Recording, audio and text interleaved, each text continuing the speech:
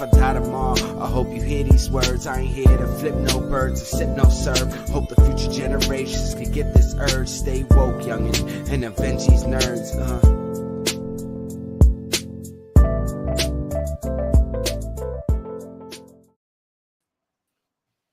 Welcome back to another episode of Not Attack on Titan.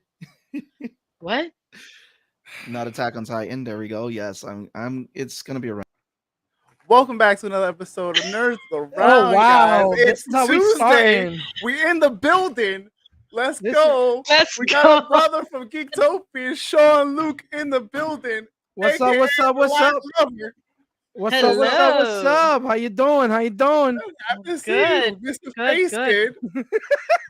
That's how you do it. I'm gonna start doing the intros now, because goddamn.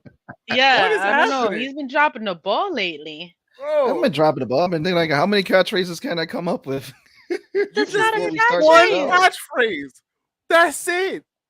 Yo, so literally my Twitch thing is like, yo, what's going on, everyone? Welcome back to Pew Pew with Law and Crew. I am Law. You guys are my crew. What it do? That's it. And I just keep that for Twitch. I still feel like, Hey, George. I still feel like that's a lot. What happened? I still feel like that's a lot. I mean, hey, what's up? You know, it's your boy Charlie Weather Williams, and this is Sean Luke, and this is, G is for Geek podcast, and then we just keep it at that. Exactly. Well, we want to give a shout out to Charlie Seabass, Radio Williams because he's on the weather. Yeah, I'm not trying to change weather. I was so anything. sorry. I'm just being. I'm just with him yesterday, and then he was like, "Yeah, I'm not even making the podcast because I'm under the weather." I was so fucking sad because I miss you, fucks. Here now we can do the introductions. Now here we go. What's up, everybody? It's Nerds Around. This is your boy Sebastian. No. We're not gonna do that right now. Toad's getting his coffee. Toad's getting his coffee. Absolute fuckery coming from this man this week. Listen, it's okay. I'm used to it. Yeah. Law was on it. Removed. Yeah, like I think Val has become the new, like, what Val says goes, because like I think Val's gonna throw down the hammer and be like, Law has to do the intros. Wow. Damn. I didn't say to that extent, Stop but acting up because Sean that's what I heard. I'm just saying. I'm just relaying what the big boss said. I mean, Sean, you was here. Did I really say that? This food is amazing right now. He said the food is busting. George was here. George knows. He could tell you. Yo, much like what Law was talking about, this food is slapping. So wait. So while we're slapping, we're gonna slap into some announcements. Yay! Yeah, you can't take you fucking anywhere, bro. I got segues so much. Oh my God. Segues are horrible. Their segues are horrible. You don't have to segue. You can literally just say announcement time. Happens. Announcement time. It's announcement time. I'm gonna get the Pee Wee Herman thing that goes. Well, probably a future thing. Anyway, announcements. We're gonna be on the Mighty Pongs Show this Friday. No? Oh, is that this Friday? I finally get to touch my R2D2. Friday. Yes. Val gets to build her R2D2. You guys get to see the character I draw. From the vote, you can still vote. I'll put the link in the description. It actually is in the description to vote for the character I draw. So Val's gonna put together R2D2. I'm gonna draw a character that you guys have voted for in my Patreon page. Law and so what are you guys gonna do? TBD, hang out. It's between some games. It's between some character creation for some NPCs because I got a fight coming up that I gotta prep for. Should be fun. Sounds good. I'm just hanging out. I'm just killing time.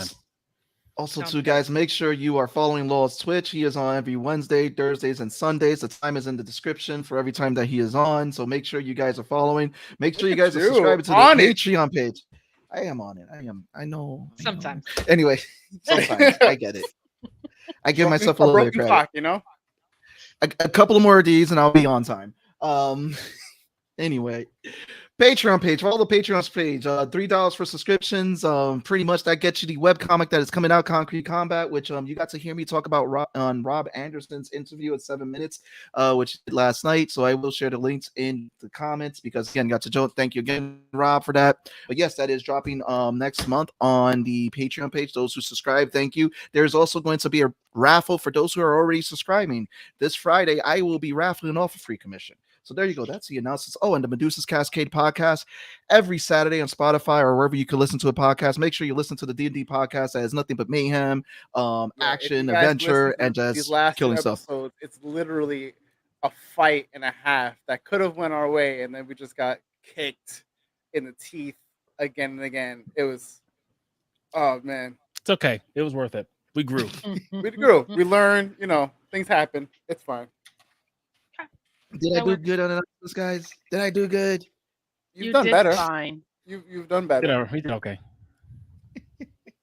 So how was everybody's listen? Like the day's gonna come where you like throw it out of the park, and we can be like, "Yo, let's go." But until that day, you know, we got to keep it a buck with you. You got to always aim to be better. Everything's open in my book. That's it. Damn, just... there's no half y'all you guys are tough. You are more vicious than last I came here. Like, damn, what the heck happened? I don't Where's know. the hate in your hearts? Where's apparently the hate is everywhere. It just emanates off of me.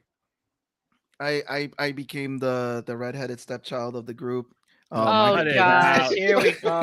Here we go. Sean, I know how you feel now on Geektopian, Sean. No. Don't even go there. It's but y'all hear this nonsense? I hope Aurelius and George are still here. Listen to this nonsense today. But big shout out to George. George has actually been doing the lettering for the comic. So again, thank you again, George, for the letters and all that for the first chapter. So again, thank you again, brother, with that. So we're here. We're talking about Miss Marvel and the boys today. What do we want to tackle first? Do we want to go to the boys, or do we want to go with Miss Marvel? Wait, I feel like we have to do Miss Marvel because as much as there is to talk about with Miss Marvel, we missed 2 episodes of boys, and holy fuck. All I'm gonna say is when we get to it, those are some powerful ass episodes. Yo. Indeed they are. Bro. Indeed they are. So we know what we're doing then. Sony, take it. We were talking the season finale of Miss Marvel, and there will be spoilers afoot. We're gonna cut right to the chase. Kevin Feige said, "Fuck the Inhumans." Kamala Khan is officially the first mutant of the MCU.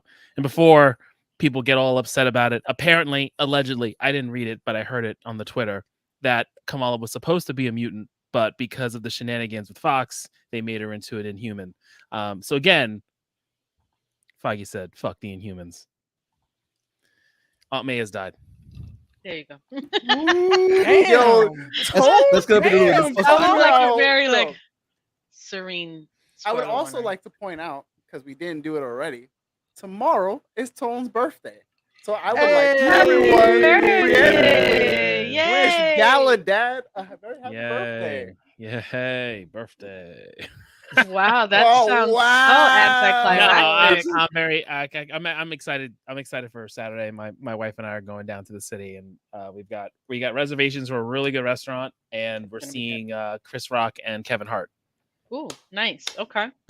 Very dope. It's gonna be a good weekend. Yeah. Good time, man. Good time. I will be holding your senior citizen card for you. Don't worry, it's coming. Dude, I'm not close. All right, I'm turning the big 33. Okay, so you leave me alone. That's it. Yeah. Damn. Wow. Bless. I literally only have a year on Tone. A year and like a couple months. Yep.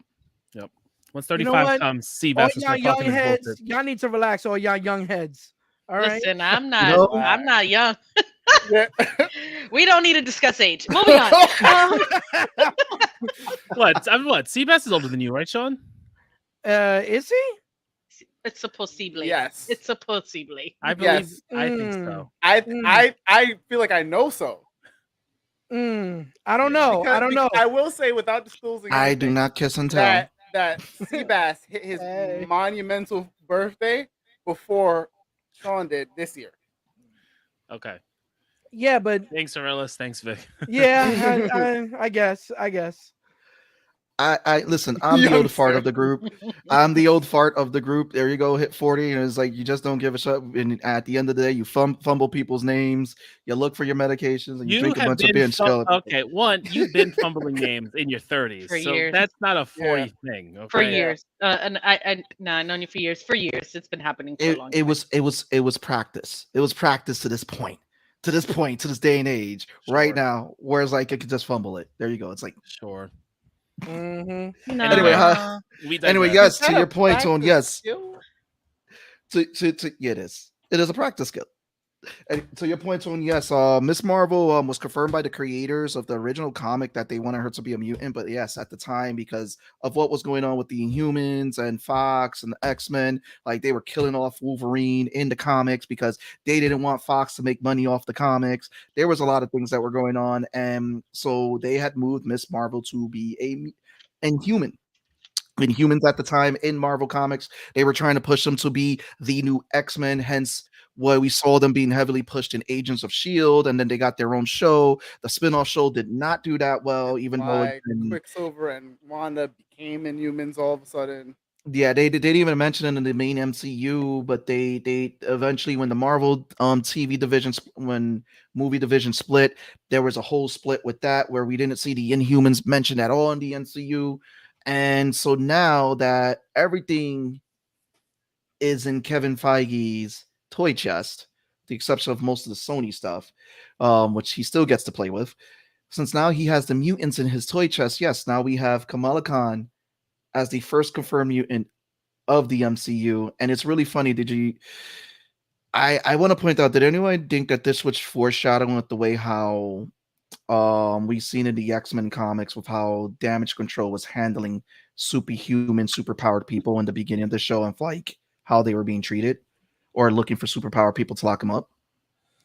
Do you mean like in the whole X-Men as an allegory of the whole race thing and how Damage Control was dealing with Kamala Khan and being an Islamic superhero?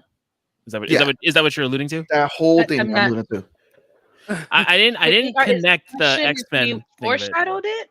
Is Yeah, that like, what? I think they actually foreshadowed it before in Spider-Man: No Way Home. Really? When Damage Control became the first line of defense against Spider-Man, as opposed to, I don't know, the actual like full government. That's when you knew the start of the overreach was coming. Okay. Right?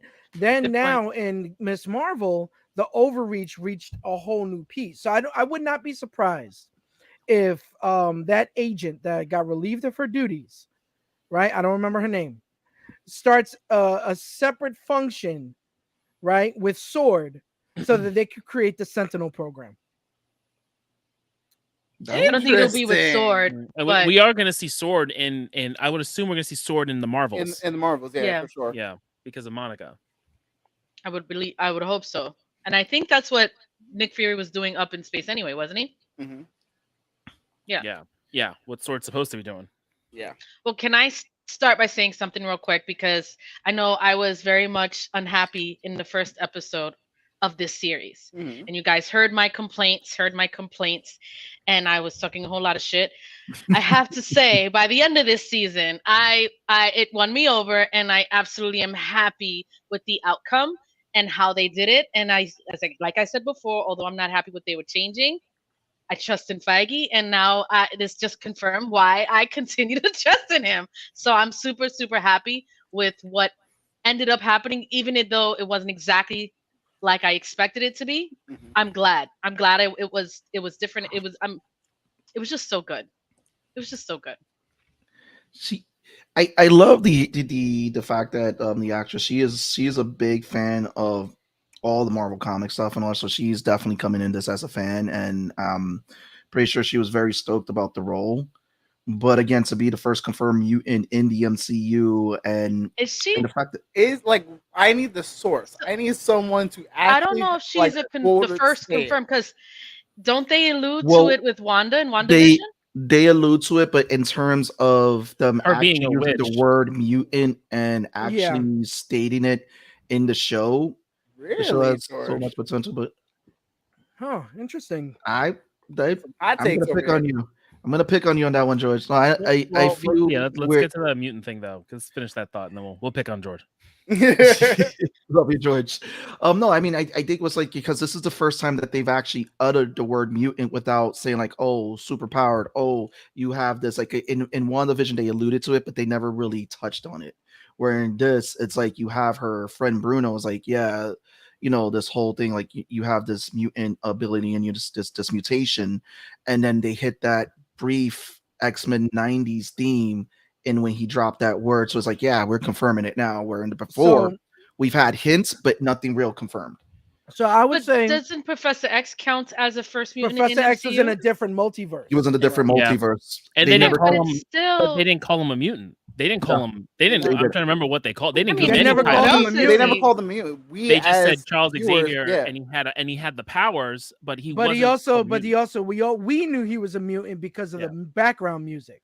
Yeah. Right. Much like in this one with Kamala Khan. So I figured probably from now on, just to get the fans' heads going, every time someone is a mutant or has a mutation or whatever, you're going to hear that theme play until the actual remake of the 97 cartoon comes out in like next year. Yeah. It's not even a remake. It's a continuation. It's a continuation. Okay, yeah. But we have confirmed that confirmed mutant for 616. That's what a confirmed mutant for 616. And then the rumors are that Margot Robbie is going to probably be playing Emma Frost, which is interesting since Emma Frost has gotten a big role. I don't want that. They need to start bringing in other mutants already. We cannot be having the same mutants over and over and over again. Right. All right. Give us North Star. Right. Give us mutants that we barely see. Right. Give us an actual Callisto and the Morlocks. Right. Give us what we give us what we want. All right. We're tired. I hate to say it, and I'm probably gonna be the bad guy. I hate seeing Wolverine. Let Wolverine die in Logan. Okay. I agree. Anyone literally just bring X-23. Just bring X-23. I'd like X-23 over Wolverine. Absolutely. Over it.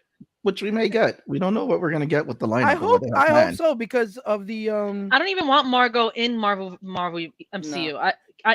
She could stay her ass as Harley. I don't want her over here. It's just I like her, but she's already that defined character where I feel like that she's a little over. Harley wants to take a break from the character. Red. That would be a great one. Yes, that would be a good one.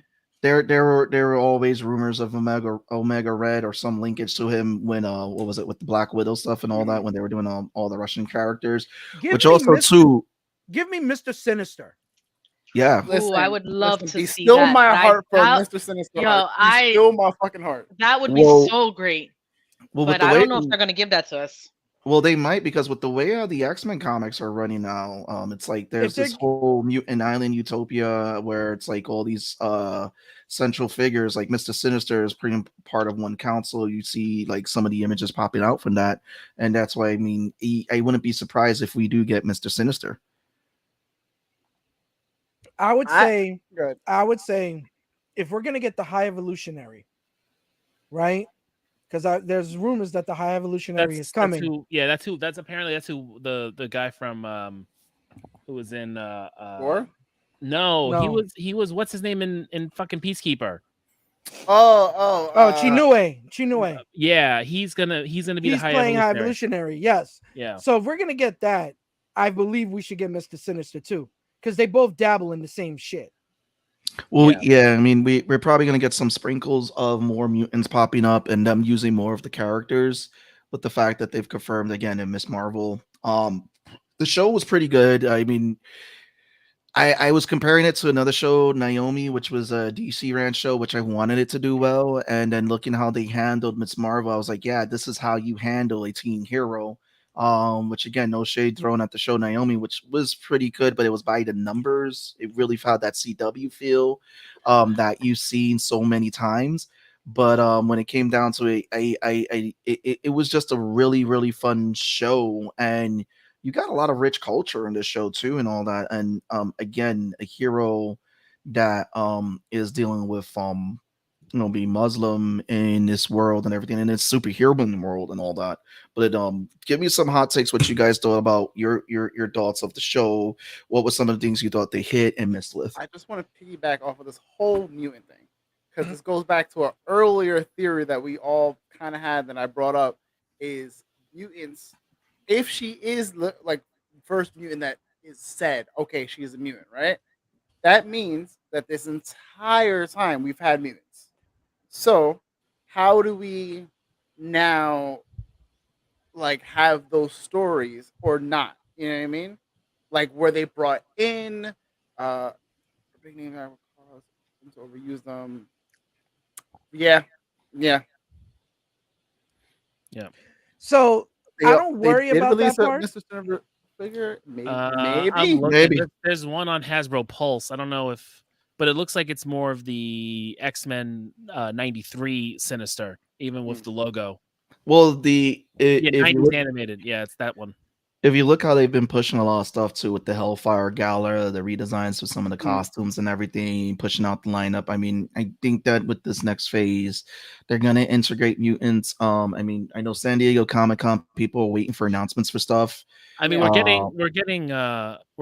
talk about it later, but we're definitely getting a Fantastic Four announcement. And also to your point, Law, with the mutants too, it's like how are we addressing it? Yeah. Well, how are they around, and also how are we treating the mutation? Because is it going to be a thing where they're just a latent mutation and then something happens and they get expressed, or there's a catalyst like with the bands, which we still think are the quantum bands, right? Like, how are they going to deal? Like, are mutants just going to be mutants and they're born and that's it? Like, I'm interested to see how they're going to deal with the mutations coming out, because you're right. Kamala's around. Kamala's been born. Kamala's been a mutant since. For what is she's a junior, so 17 16 years. 16, yeah 16. Yeah, that's also too around the age like how some people with the start developing their powers. But go ahead, Val. Yeah. I think if we're going to get the psych white queen and so forth, obviously we'll probably have a Professor X somewhere in there. They've probably been hidden.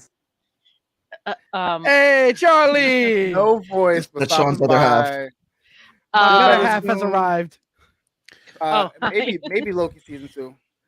I think that they're probably going to have them hidden, and they've always been there, but make people forget using the psychic powers and things of that nature. I don't know if y'all mentioned that before when I stepped out, but yeah. No, that was a theory that, like, what if our Charles has literally just blanketed all of, like, so like there's let's say they do all the Fox stuff up until Days of Future Past, and they keep that canon, but then anything after that is a diverging timeline.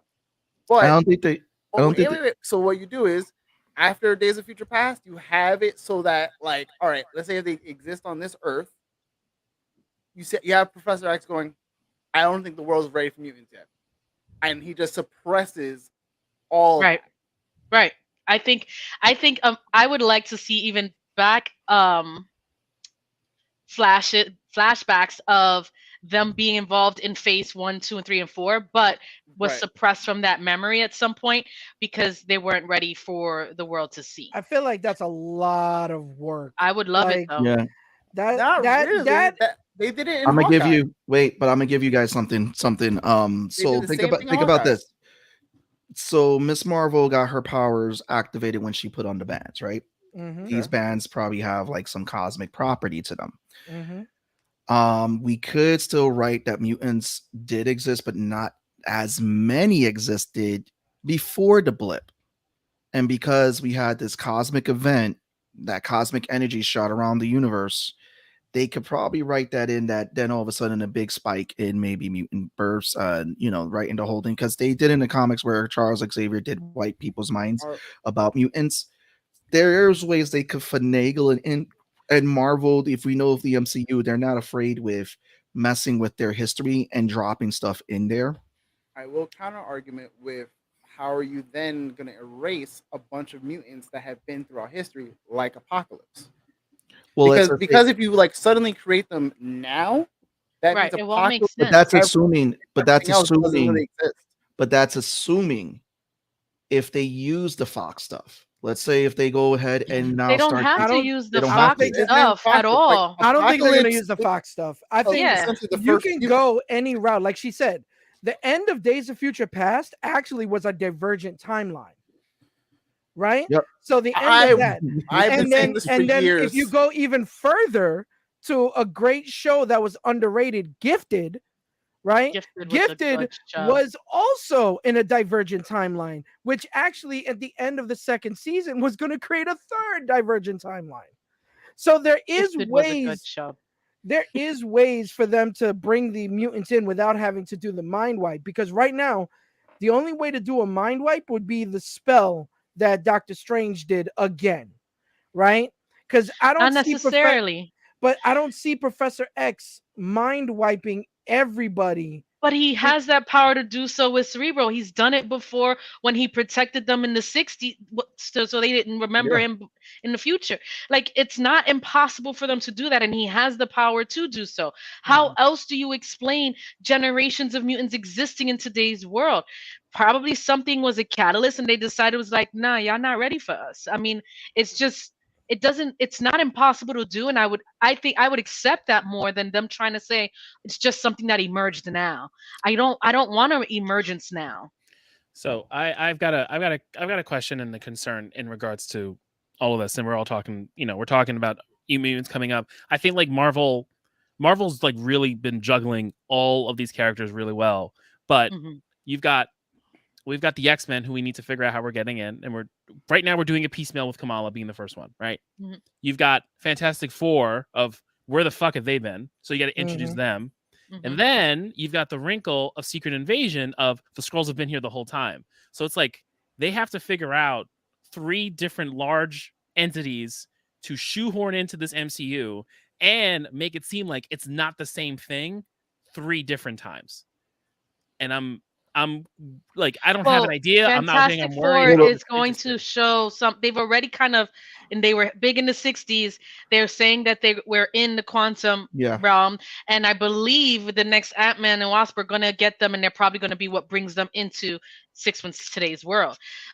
Because from my understanding, that's how I read it anyway. When Doctor Strange said something about, didn't you guys made it in the 60s? Yeah. It's going to be an old team that all of a sudden came back out of nowhere, and it'll probably tie into the next Ant-Man movie. I mean, so that's all. Just to give that's a riff too on. There was also like a legit band. Yeah, the Fantastic Four from the 60s, so it could have been just a joke. Like I hear what you're saying too. I'm not taking Stephen Strange's comment on them as like gold. But he said it in the sense to Reed Richards. Like it wasn't like, I don't know. Also, too, I just want to add, like, to what Val was saying, it has been confirmed that that's one of the stories that they had as a script, where they were going to write that they were a team in the 60s, went in space, get lost, and then they came back in the present day. So that's how they were going to explain the Fantastic Four. That was one of the possible leak scripts. It's like there's possible leakage of who's being introduced in Black Panther. An incursion. Yeah, it's the only way that they can bridge all of these with us feeling at least somewhat satisfied with the way you do it. It has to be an incursion. But this also goes back to this, is that, like, I say that Marvel's not afraid to play with their history, because look how they handled Hank Pym's Ant-Man. That he was Ant-Man during his time when he was younger. They had what's his face in Vietnam, that he had the super soldier serum that we saw in Falcon Winter Soldier. So there were heroes that predated even Miss Marvel. Miss Marvel was just showing and predated Iron Man. Like a lot of the MCU movie universe started with the Iron Man movies, but now they're playing with that. There were already people doing this before Iron Man. When Miss Marvel came in Fury, that's when he became aware of these superpowered beings. Where they're going to go with that, with their history and how they're going to play it between then and now. I mean, they even did it in the comics, where they were introduced new stuff in the comics, like Sentry. Sentry was introduced in the comics, where he had wiped out everyone from knowing who he was. The only person who knew who he was the Savage Hulk. So I wouldn't be surprised eventually that's one way they introduced Sentry. And the reason everyone forgot who he was is because if everyone knew who he was, then the Void would come back. And then that's how they brought back Sentry in. So I wouldn't be surprised again if they did something like that, that they show like kind of like a first class type of situation where it's like Charles Xavier, like, again, to everybody's point, like, oh, we're not ready for mutants yet to be introduced in this world because of the prejudices that are happening against mutants. Let's just erase them from history. We just live normal. And like you said, with Cerebro, he can do that. And he doesn't have to erase from history. Just you don't remember them being there. Yeah, but it's gonna be. It's. I'm sorry. No, there's ways to go about doing it, and I know Charles. We know Charles has the power to do so, and I just want it to make sense. X-Men is my babies, and I want them to do it right.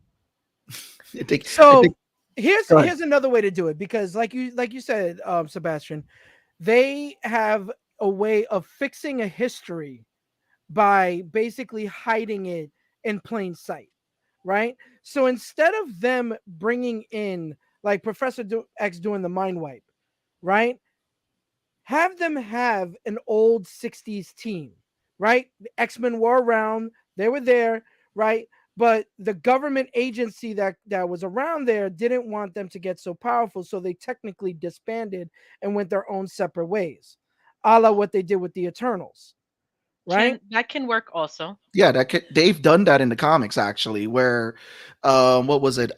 Scott Summers' brother Vulcan, who Professor X erased from everybody's mind. There was a giant size anniversary issue that came out, which everyone remembers, which was Giant Size X-Men, which introduced the so-called second X-Men team. But then they revisited that as an anniversary issue, but they're like, this time that was actually the third team that Xavier sent. The second team had Scott's brother Vulcan, who and it introduced Darwin and a couple of other characters that died on the island. And then Xavier raced Scott's mind and everybody's mind, even Moira's mind, about Vulcan and everybody. And then Vulcan came back pissed, became the head of the Shi'ar and everything. And actually he ended up killing Banshee. Yeah. And so to Scott's knowledge, all he had was Havoc. Yeah, and this is what also led Scott in his new role of not trusting Xavier. Vulcan came about in space. His father didn't have Vulcan yet when Scott and Havoc were kids. So when he left them behind and went into Shi'ar space, Vulcan was that was a product of that earlier back then. He didn't even know his brother existed at that point. Got it. Did you? Okay. All right. So epiphany. Wait. And this is Sean moment. So hear me out. Hear me out. What if in the 10 rings, what they were summoning was actually the Shi'ar? I believe it's Kree tech. It's supposed to be Kree. But the bands, okay, so if that was a Kree, I understand, because right now we're looking at Miss Marvel's bands in the same frequency as we're looking at Shang-Chi. But what if it isn't the Kree? What if it's the Shi'ar that come to Earth and then they're the ones that are like, well, guess what? You've had mutants in this world this whole time. Here's a map or a viewing of who they are, what they are, right? And they've been hiding just because they don't want, after everything that happened in New York, everything that happened in Sokovia. Once again, we have to do this. It's all the Avengers' fault that anybody that would have abilities or super abilities or whatever stay hidden, because now instead of being a hero or whatever, they become a liability. I want to add to that. Is there a branch of the government? I'm sorry, I want to add to that because it's really funny, because in Miss Marvel, we saw on the floor when they were getting the band, her grandmother was her great grandmother was getting the bands for the bracelet, that the symbols of the 10 rings was on the floor. And if it was the Kree, which again, if it was the Kree that was being reached out, remember at the end of Shang-Chi, Miss Marvel was there, and she probably would have recognized if it was Captain Marvel was there. She would recognize if it was a Kree signal. But they were like, yeah, we don't know who these bands are contacting. Right, it could be a way. The age, from what I understood, the age that the rings were in Earth for thousands of years. This is way before Carol Danvers is even involved with the Kree. She was only with them while she was amnesia. So why would she be familiar with that? They're older. They said there was something like as old, if not older, than the Eternals. Yeah. Like they basically put it on the rings. I mean, everyone's remember a lot of people, are really doing with anything from beginning, like Eon. Like I always keep hearing Eon with at least with Kamala's bands. are from Eon, like they're the quantum bands, and the swap they did in the end was her going to the negative zone or something like that. Like that's what I that it wasn't her like shape shifting, more they swapped. Yeah, they confirmed it was swap places.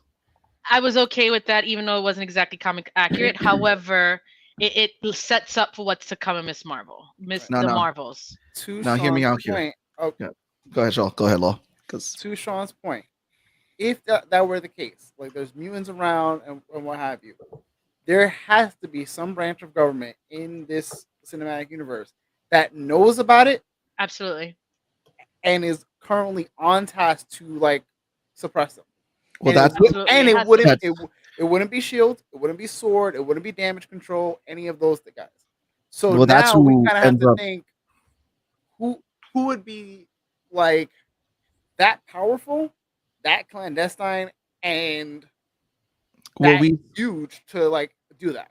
Well, we still don't know what branch of government that Julian Dreyfus character. Julian Dreyfus's character. I don't know. I started thinking about Droopy, and then that's no. Don't try to explain it. Don't try to explain. Just keep going. We already had the disappointed look. It's okay. Julian Dreyfus's character. We don't know what branch she reports to, or even if she even reports to. Val is supposed to be she's, I believe, a sword agent initially. Yeah, but being the fact that right now she's working for the government, but a shadowy part of the government, because she's already starting to make her version of the Thunderbolts. Yeah, that's what she. I don't think Thunderbolts initially that incentive was a government funded program. Yeah, I don't think she's like Suicide Squad. Wait, what'd you say, Seabass? I don't think she's tied to Sword though. I think it's going to be a different branch that they're building off into the MCU. I think what everyone's saying is it's Thunderbolts. Like she's honestly probably gonna take on the role that William Hurt was supposed to play. They're probably gonna end up. Yeah, and we may not even get Red Hulk or something. I mean, we can still probably get Red Hulk, but they might take him out in the beginning. Yeah. I mean, do they need Red Hulk if they have Abomination? Yeah, because they replaced Red Hulk. Yeah, they don't need him. It just was, if William Hurt was around, it would have been cool to see him like get the Red Hulk treatment. But if they're not, they don't. I don't think they're going to do it at this point because I don't know if they're going to they recast him. If they're going to keep General Ross along to a point where you need to recast him, or just leave General Ross just. I feel like they're going to do like what they're going to do with T'Challa, right? Not kill him off, but rather have him in like the backgrounds. Right, have him. He'll be mentioned here and there. This way, they don't have to recast him. I think they're recasting T'Challa. They need to. I think they're gonna. I want them. I understand. That's a whole other debate. I read the rumors. We're going all over the place, but I read the rumors. Back to Miss Marvel. Back to Miss. I mean, Miss Marvel has let an open door for mutants. That's where we're stuck on because I mean, it's like it's not an open door for whatever. Because it doesn't necessarily only have to be mutants that she opened the doors for. Mm-hmm. Right. I was going to say this. So we're talking about the signal, right? Let me take on George. How about that? Let's go back to George's comment. All right, there you go. I was going to say Galactus. No, we're not bringing up Galactus when we don't even have a Herald yet. Please stop. That Herald is coming in Guardians of the Galaxy 3. Mark my words. We're gonna get the Herald before we get. We're gonna get the Herald before we get. Which Herald are we talking? Silver Surfer Herald or another one? Sean? It's got to be Silver Surfer first. We're not getting that in Guardians. We're not getting that in Guardians 3. We barely got Adam Warlock. We literally. We're getting Adam. We're getting Adam. We're getting High Evolutionary. Those are like the two big things that we're definitely getting. And then I don't want them to do Silver Surfer so soon. And the swan song for all of the actors for Guardians that are leaving the project after this. So we're not getting. I don't think we're getting so then that means I don't even know why they greenlit this, but in the Eternals 2, that'd probably be where we get either one of the heralds like Terax or one of them to come in and judge Earth, and then Galactus that's when probably Galactus comes in. I don't want to see Galactus anytime soon. I mean, Eternals 2 ain't coming. Eternals 2 isn't happening until like I don't know. My kids are in 8th grade. Eternals 2 is happening. Yes. Yeah, it's happening. I mean, the way they ended it, Urasham takes her and disappears. So Yeah, I guess so. Why wouldn't they give us Eternals too? Yeah. You know? So I feel like I like the Eternals too. I'm one of the only ones in the world apparently who like Eternals, or whatever the case is. But I think it did what it needed to do. They can be tied into other projects. They don't necessarily have to be like an Eternals 2 movie. They can do something else. I think that it's probably going to bridge something where they're making something bigger. Eventually, again, I trust in Feige. I know that they're not going to lead us in the wrong direction. They're doing well so far. So it ain't DC. We got George. Enough from you. We got George. George is like, yes, we should pick on him about his comment. Okay, we're gonna bring his comment back up.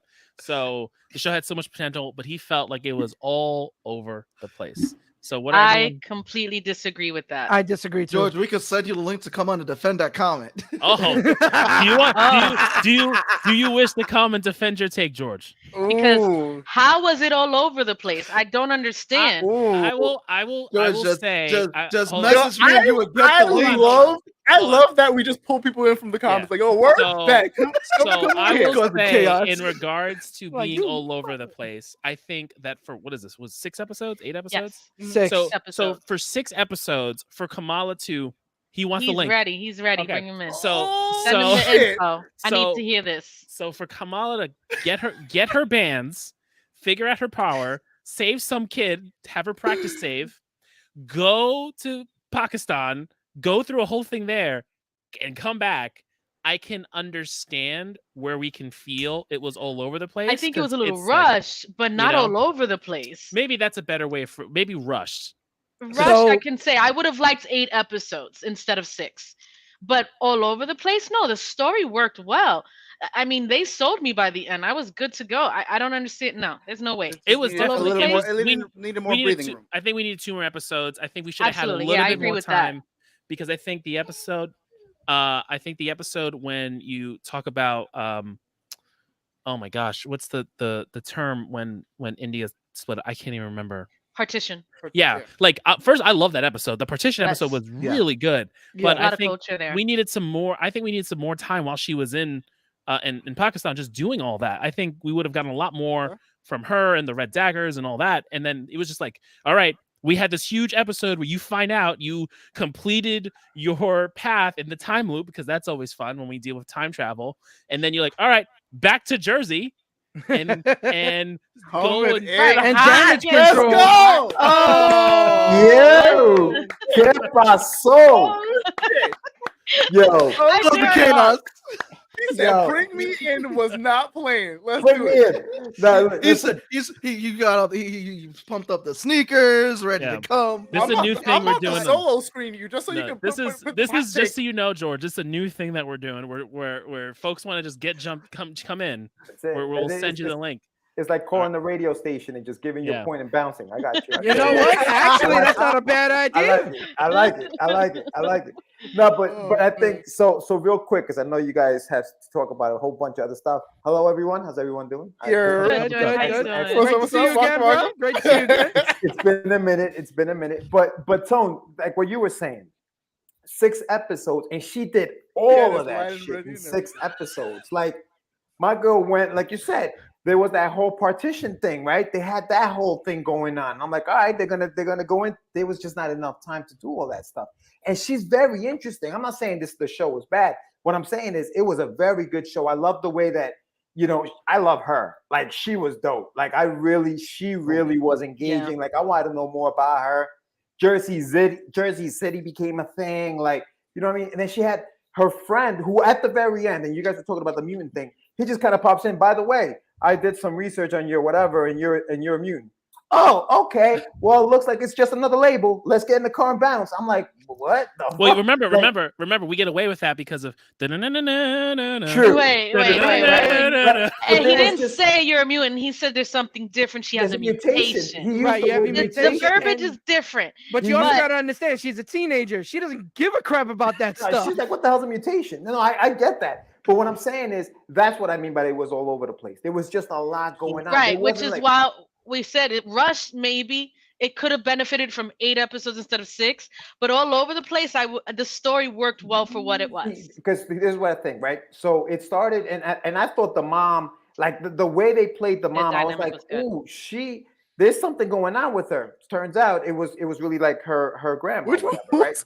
So they said the M word. They did. They did. Bass, you already said, see his guilty face. No, it was me. It was me. He said mutation. It was me. But that's what I mean by so V. That's what I mean. Like it was just when I thought they were gonna tackle something, boom, they switched it and they went another route, and I was like, oh, okay, we're not gonna. I could understand that. Cool. Feeling rushed. So could it benefit from an extra episode? Yeah, I agree. But I feel like that's for all of Marvel TV shows in general. Oh, I agree. Well, let me ask you guys this. So, do you think the Except for Marvel TV Loki. shows? Yeah, Loki worked. Loki worked. WandaVision worked. Wanda worked. Yeah. Even Falcon and Winter Soldier, that was shorter. That worked in the story they were trying to tell. I didn't feel rushed. Well, I felt. Maybe I agree with Moon Knight was but I agree maybe with some point like maybe they should have had an episode with the transition with the family, maybe a little bit more with that. If I may, go ahead, Sean. If I may interject, the reason why those 3 particular shows worked in that short order is because we already knew those characters. We already knew them. No, because think about it. We didn't need an origin story for them. We didn't need an origin to say what of their stories. Right. Okay. That's why it worked because that's fair. Yeah. That's fair. But I also think that there was like a streamline as far as the storytelling goes. You knew where they were going. There was an end. Like okay, so in Winter Soldier, right? Like you knew where like what the point of the show was. Even with WandaVision, as confused as we were, we knew that we were going to get to figure out, is this real? Is this not real? Is it in her head? Is it not in her head? Like we knew that's what I don't know what we were getting with Miss Marvel. I think, and to your point, just maybe it's because we didn't know the character yet, but it was just, it just left me like, kind of like, okay, I guess the Marvels is where we're going to get more explanations. You know what I mean? Like, maybe I guess that's where we'll get the rest of it. Yeah, maybe if they had one more episode, like for example, again, like for me, the whole situation with the family finding out, it was funny how the family found out. Yeah, it was hilarious, but maybe like the whole maybe like a little bit more time with that, with how they found out, and coming together as a family. Maybe who knows? I mean, it's a major revelation. It's a major revelation. It was an origin story. With her, like her finding like that story of her grandmother going to her father. That's like a pillar story for that family. And then to find out that Kamala was the one that does it, and she has to live through that, even though it happened in the past. And we don't get what she feels like. She says it, but I don't feel like we got the weight of it afterwards. We got the weight of it in the moment. It was like one of those things of like, you're watching Interstellar and you're like, holy shit, Matthew McConaughey's the ghost the whole fucking time. And you're like, holy crap, you're seeing it. And it's the same thing. She's like, holy shit, she's the stars that her grandmother saw to get back to her father. And I'm like, oh man, that's awesome. But it just that weight of it, that revelation, that family story, the tale, it's Kamala. And I just feel like that weight of it doesn't come through in that next episode, because we immediately we got to go and get Kamran. There was a lot. We got to go and do this thing at the school. And like, I wanted one more episode. I would agree. That's what I'm saying. It was just taking us everywhere. Like, I'm like, okay, wait, hold on. Whoa, slow down, guys. Like, you're old. Like, you ever spoken to somebody who doesn't have everything and they're telling you a story like I'm doing right now, but I'm not like telling you exactly what I'm telling you. I'm all over the place. And even if I slowed down a little bit and spoke slow, you know what I mean, then you would understand it. That's what it felt like. It felt like somebody trying to tell you a story. They're all over the place. Like, yo, whoa, start at the beginning again. Wait, what happened there? You said that this happened, but now you're going back over here. Wait, what happened? Like, it was one of those things. And like, again, it's a good show. And I did like the characters. Bruno was great. You know what I mean? Like, all of them, they were really, really cool. It was just, even the relationship with Chloe, I think it was, there was that little, they had a little something, but it was again, okay, maybe rushed. And they didn't explore that relationship as much. I just came to. I'm not going to get on you that much from the comments. Then I guess after hearing your point of view, understanding what you actually meant, not that it's all over the place, but we do feel like it could have gotten more episodes. I agree. Can I just came to a revelation for the whole panel right now. Can we say that this is the first Disney Bruno we can talk about? Oh. right, I'm gonna. Somebody okay. kick him out, please. I gotta go. George, thank you, man, for jumping. Kick him out, please. Yo, Seabass, I'm gonna send you that stuff. But everybody, I'll see you guys soon, man. Thanks for having me. Great to see you again, brother. Appreciate you. Make sure you guys are following George and get the meds. Cast the craze, George. Later, brother. I'm sorry. It was just there. I had to. I am sorry. That was the corniest joke you've ever said in your life. So one thing I do want to say though is that I am so happy that in this show we did not get some stupid CGI fight, and we had some actual conflict that made sense at the end. Okay, I mean there was some CG. I mean, but her and Kamala. I'm talking about like when we got the kaiju fight in. Oh yeah. So yeah, this was a better fight than Moon Knight because that kaiju fight kind of took me out. Although Ahmet is making her rounds in the furry community and furry drawings because everybody loves Ahmet. But yeah, it's I mean that fight took me out of Moon Knight. I mean, I'll be honest. I think it was okay for what it was. Did we need it? Not at all. But I don't think it's that bad. No, it's just honestly, it's just the thing that Marvel tends to do sometimes, and it really takes away from Sky Beam. Damn it. They invented the sky beams and now they're trying to fix it. So now they're doing kaiju fights. What? You know? What's the sky beams? Anytime Marvel does sky beams. I mean, it's literally what's the term. What does it mean? Okay, so basically at the third act of most Marvel movies, there's always like this energy pulse that comes out and reaches into the sky and creates like a beam of light leading up, right? And then every other movie now literally followed up right after it. It happened in Godzilla vs. Kong. It happened in the original Suicide Squad. It happened in freaking Justice League. It was all over the place. Yeah. Oh, okay. And Marvel does it too, where it's like, you know, you get like some really good. I think Shang-Chi is the biggest culprit of this because I think the third act takes it from just being like a fantastic Marvel movie. Like, yes, that third act kills me because I'm like, if they left that with the father versus son, that's it. Fight, that's all I needed. I didn't need the stupid dragon. I didn't need the soul-sucking dragon. Nothing beats the third act of Wonder Woman. I'm sorry, I know I keep shitting on DC as much as the first one. That third act also sucks. That third act, Wonder Woman 1 or 2? One where we're turned into a Dragon Ball Z fight. Acts 1 and 2 are fantastic, but once you get past Dead Man's Land, I'm over the movie. Yeah, because that Ares fight sucks and isn't needed. It's terrible. I mean, both were not great. And the reveal is whack. Yeah. You kind of saw it coming, so like. It was Wonder Woman wasn't a great movie, period, and the second was just atrocious. Good, but it could be better. For those of you who are joining us, we're going to be on the Mighty Pongs Show this Friday. So Pong, I see you in the comments. We love you, brother. We will be on the Mighty Pongs Show this Friday. I sent the links out for your vote, so you can vote for who I draw on his show, and join the Patreon so that this way you can also be entered into a raffle for free for commission. But I mean. I don't know what is everyone's overall take of this Miss Marvel show. I mean, I loved it. I love what they're setting up. I love the fact. Totally got sidetracked about a whole mutant conversation and didn't get to really enjoy talking about the show. Right. I mean, the big reveal kind of like overshadows that. Big reveal overshadows the whole thing, and I think at this point, you know, we're getting origin stories, and I think honestly, shows tell a better origin story than movies. I want to know for us now. I want to know what happens with this whole other world that they come from, like. The Noor. The Noor. I want to know more about that. I would also want to know so we know that what's the kid that she had a crush on? Kamran. That he ended up getting powers akin somewhat to what she had coming from the band. Yeah, he had bioluminescence energy.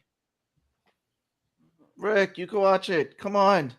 Do it. You got to watch that last episode. I'm telling you, I wasn't with it at first either, but I gave it a shot and I totally like it. So my official review of Miss Marvel would be this, right? The first 2 episodes deal with the coming of age story.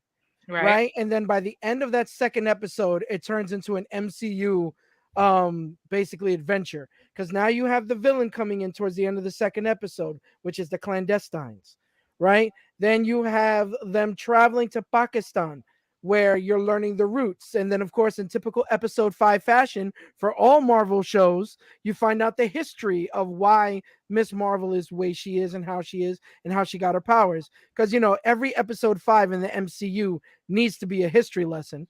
And then the finale was just really great. I also like the fact that between Moon Knight, and I know people don't like Moon Knight so much, but for me, I loved it. I love Moon Knight and I love Miss Marvel because it approaches a culture that is rarely seen on TV in a very positive light. Yep. Right?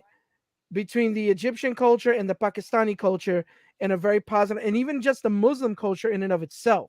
Mm-hmm. Right? It approaches in a positive light, and they do it with such care and reverence that, you know, I toot the hats to the directors, the writers, and everybody, you know, that bring it together. So for Miss Marvel, I would give it, based on everything, an 8 out of 10. Yeah, I could say getting an 8 out of 10. Yeah. And just to answer Arelis, yes, that lady's power was plot. She was only used to help move the plot from Kamran. Yeah, I'm not sure what that was. Yeah, so, like yeah. I hope we get more explanation on that, but I don't know what it is either. I need to know, because I need to understand not only what power did he have before, being the daughter of a jinn, the son of a jinn, and no whether powers. or not was he the only one with no power out of the whole group. Yeah, he didn't have any powers until the moment where the mom transferred her essence to him before she died. Ooh, plot. If she died.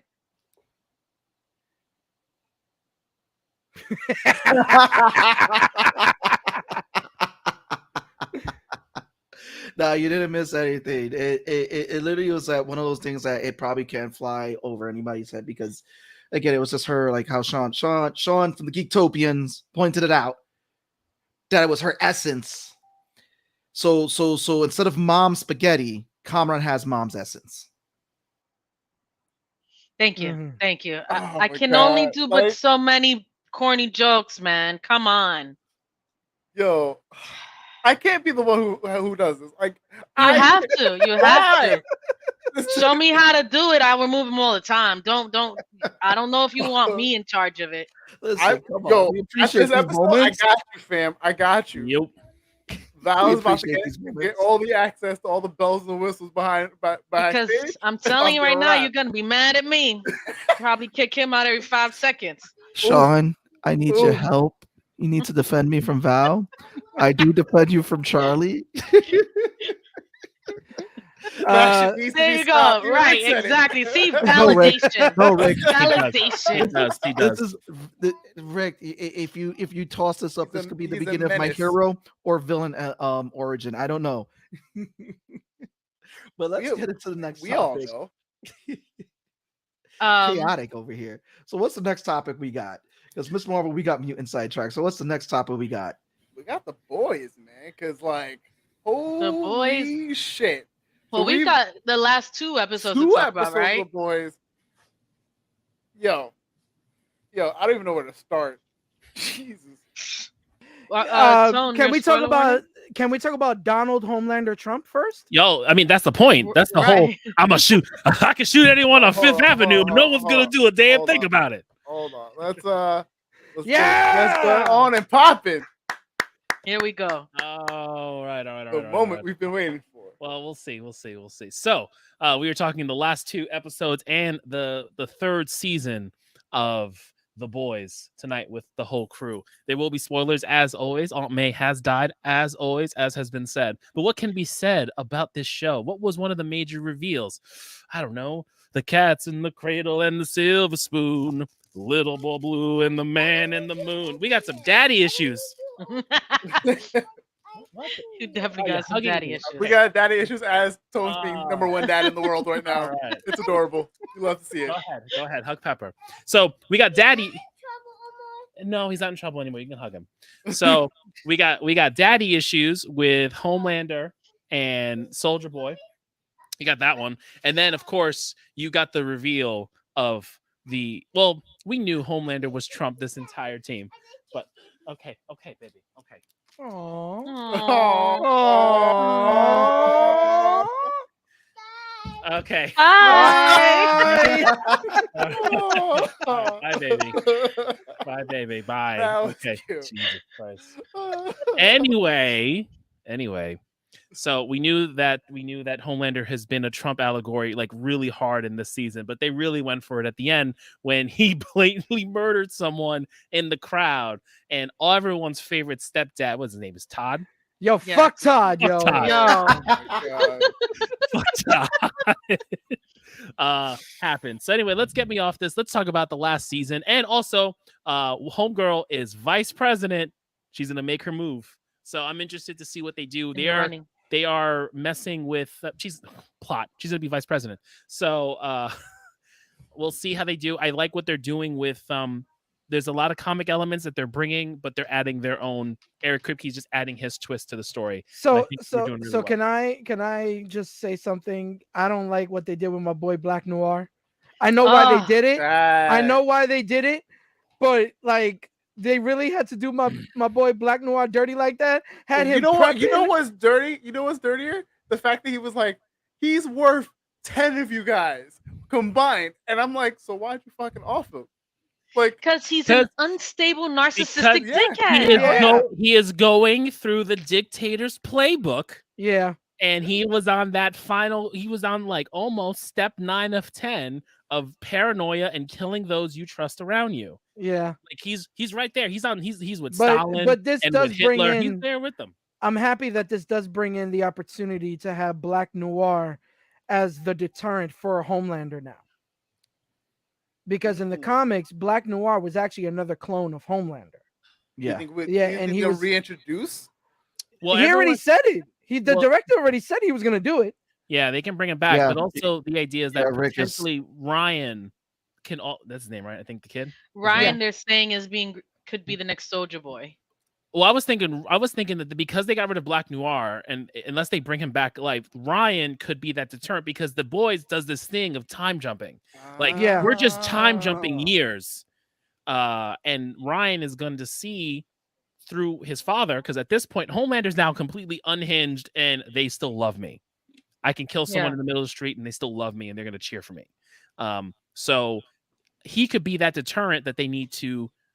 That's gonna kill Homelander.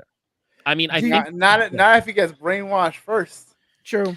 I mean, were you surprised by the reveal? I think in episode 7 that he's his father, Soldier Boy. No. No. I mean, they had to change it because in the comics it's Stormfront. So the Stormfront is where he comes from, but they changed it. They made the connection that Stormfront and Soldier Boy probably did it. They probably had relations at Herogasm at some point. Wait, so in the comic book, Stormfront is his mom? No, it's his dad. No, Stormfront is like a crew cut, like child, looking like a Nazi child. Like he's got he was a pure Nazi in the comics. Pure Nazi. Red. I love the elements that they did with the female Stormfront in this, right? Where they still made her the Nazi, but they also put like different elements into it. But in the comics, he's a straight Nazi. He's the reason why the levees broke during Katrina. Like, there's a bunch of different things. Like, he was a whole to do. But they took his DNA and they made it because he's like one of the first ones. Do you think Soldier Boy is dead? No, he's not. They showed he's not dead. Kripke said he's gonna come back later. Okay. Right, but CIA has him locked up. They're probably gonna try to harness what it is in him that depowers soups. Yeah. And that's what might be the end of Homelander. Maybe if they can get it, if he doesn't find out they have it, and with this girl running, she might get the info. Yeah, but with the way this is the way I see it. I can almost obviously this girl that the moment she becomes VP, she like months later she's already the president. Yeah, but I think mysterious circumstances. Mysterious circumstances. Head gets popped in the comics. So they do. So Vic the Veep is the run, and they're they based her. You know how they based her off of AOC. Vic the Veep is based off of George Bush, right? So just nonsensical, all that other shit. And he was supposed to kill the president to become president and do whatever Vought wanted to do. But what happens is that he's looking at some Wolverine in a cage, and he unclips it by mistake, and then the actual president goes up to it, and the Wolverine jumps out of the cage and mauls and rips the man's face off.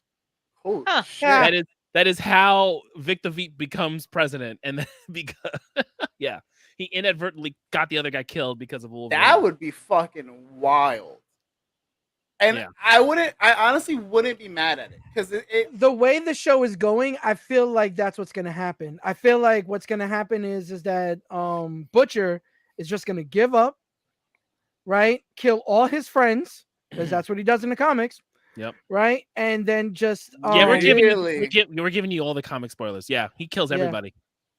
Wait, Butcher, like, because his only mission was to kill Homelander, and by any means necessary. The only people that survive out of all of this is Huey and Butcher and Starlight. Oh, and Starlight, yeah, but Huey, she wasn't really. Huey kills Butcher. Right. He's there when he dies. Like he kills him. Yeah. Like Butcher kills the female, kills Frenchie, kills Mother's Milk. Kills them all. And then Huey finds out, and Huey fights them, and they fight in I think the Chrysler Building or in the Flatiron Building, and they fall through, and he's stabbed like through some stuff. Is the comic still going, or is it done? No, it's done. But this is. I'm interested how much are they gonna like mix and change at that point. Then they've kind of changed a lot already from the comics, from what people have said already, with how they've handled Stormfront, how they've handled Soldier Boy, and just the way Herogasm was done. Because the way Tone described it to me when he read the comic. Your man showed us what Herogasm was. He literally was like, "Sit down, boys. I'm gonna show you some wild shit." It's honestly, because it's a 6-book trade back. It's honestly whatever notion we had in our head nuts. Couldn't prepare us. Whatever notion we had, he was like, "I bet you I got better for you." Because every time he showed us a boys thing, me and Sebastian just looked at each other like, "What the fuck? What am I reading?" Yeah. Oh man! Hey, what's going on? The other thing that was great about it too was that we got fucking Love Sausage in there. What's up, Gus? Love Sausage is just a throwaway character. Yeah, he was a throwaway character. They're not doing. I don't know if they're gonna do it in the next season because they have to deal with Little Nina. And they get the Russian soups because that ends up being a thing in the comic, but it's like earlier. They go to Russia and there's like a whole Russian superhero organization that they deal with, and Love Sausage is part of the Russian soup team that they work with. And then they eventually kill Little Nina by putting an explosive in a vibrator. So that's what they do. That is a fucked up way to go. Wait a minute. Wait, say that again. Sorry. I blanked out because he just said they kill Nina by putting something in her vibrator. But it's not even just a regular vibrator. It's like this big fucking thing. Like remember like in an industrial machine kind of shit. Okay, so like remember in Watchmen, they talk about the vibrator that what's her name has, the big blue one. It's essentially something like that, and she's on a plane and she takes it out and she's gonna do it, and then the comic pans back and you just see the plane, and then the next panel it blows up. So they use her vibrator to blow her up. Yes, that's how they kill Little Nina. Fucked up. That's how they kill Little Nina. Yes. It's unbelievable. Yeah, that's how they do it. Did she get to finish before she? No, before she got finished. No, before she got finished. It was the minute. It was like literally you click it on and like the. Boom. Yeah. Whack, son. Yeah. Whack. That's what they did. First of all, still a fucked up way to go, though. Absolutely. Yeah. It's not what you expected when you turn on a vibrator. Yeah, I mean, agree. obviously, and that vibrator was the bomb. That vibrator was the bomb. You want to go off. You don't want to like get it to blow off. Like, oh my god. Yeah. That's not what you meant when he was like, "I'm about to get off." Right. So, like, game over. Like I permanently got off. Oh god. Yeah. Yo, I feel like it just blew my mind. With what we've seen this season alone, and what we know from what you guys have been telling us about the comics, like let's say we do three more seasons, right? I think we get like 2 more seasons. 2 or 3 more seasons. I think 2 seasons. And it gets Butcher worse. Gets 18 months. If it gets worse than this, I am so excited to see what the fuck comes out. Well, we're gonna see. I think, and what all the other stuff I listen to, everyone thinks we're still. So the main the way the comic ends is that essentially there's a soup coup. Mhm. Like all the soups take over the government and start destroying. So I think we're gonna get that, and that's gonna be led by Homelander because he alluded to it in the beginning with if you put the tape out, I know what to do. I can destroy the infrastructure of the. You don't have the guy lay out that entire plan, and then not do it. Like that's a Chekhov's gun right there. He's gonna do it. It's gonna really be like, how does he do it, and how do we get to the point where Victoria Newman becomes president? And then probably ends up killed by Homelander. So I think next season it's going to be Homelander continuing down the Trump path, the alternate history of what Trump wanted, right? That's what we're going to see, right? And then we're going to see Victoria Newman playing the game to eventually become president. And then him overthrow her and then take over her. In the last season, him taking, because I think we're gonna see the seeds of the superhero coup happening, because once everyone sees what Homelander does and how he really is, that's gonna change the entire perspective of other soups in the nonsense that they do. Right. Because everything is behind closed doors. But now he's killing people, and everybody's like, oh, our biggest guy is doing this. We can do it too. So we're gonna get tiki torches.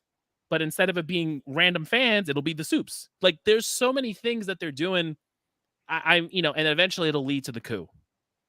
Okay.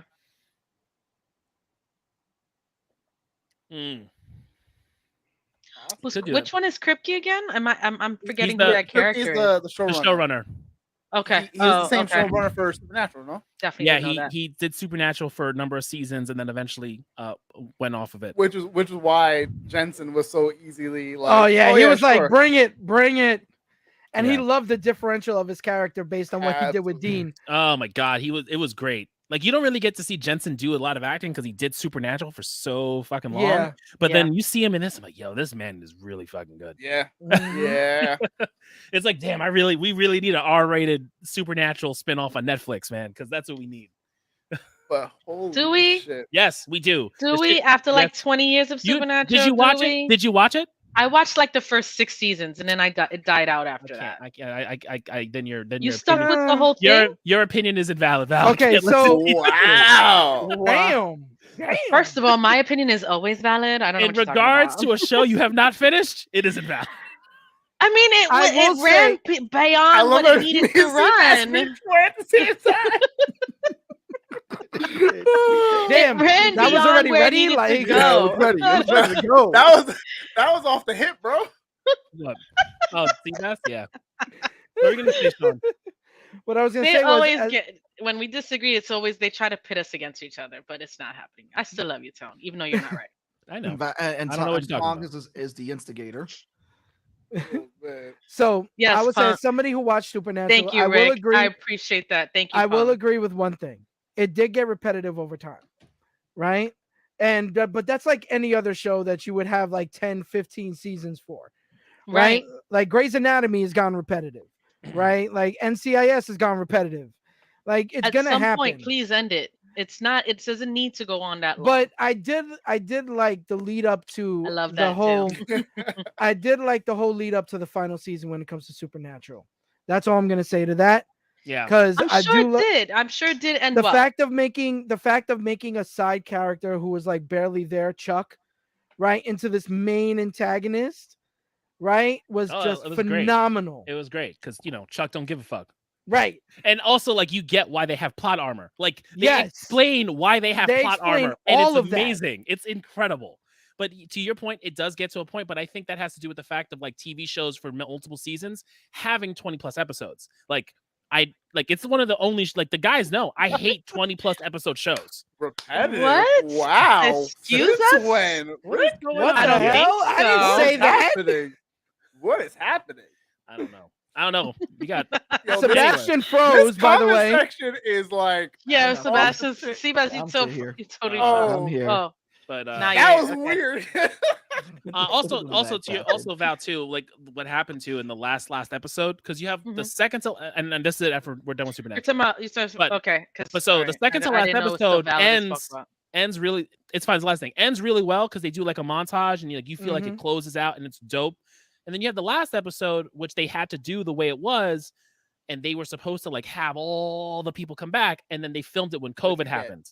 Like, it was supposed to be like an epilogue, and like all the nostalgia and all the characters that died come back, and they all meet in heaven, and it was just like. But you know what?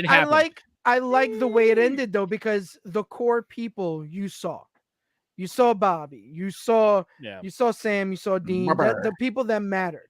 Would I like to see their mom and pops there as well? Yes, but the Twitch homies coming in hot. What's up? Hey guys. Hey, what up? All right. Anyway, we're done with Supernatural.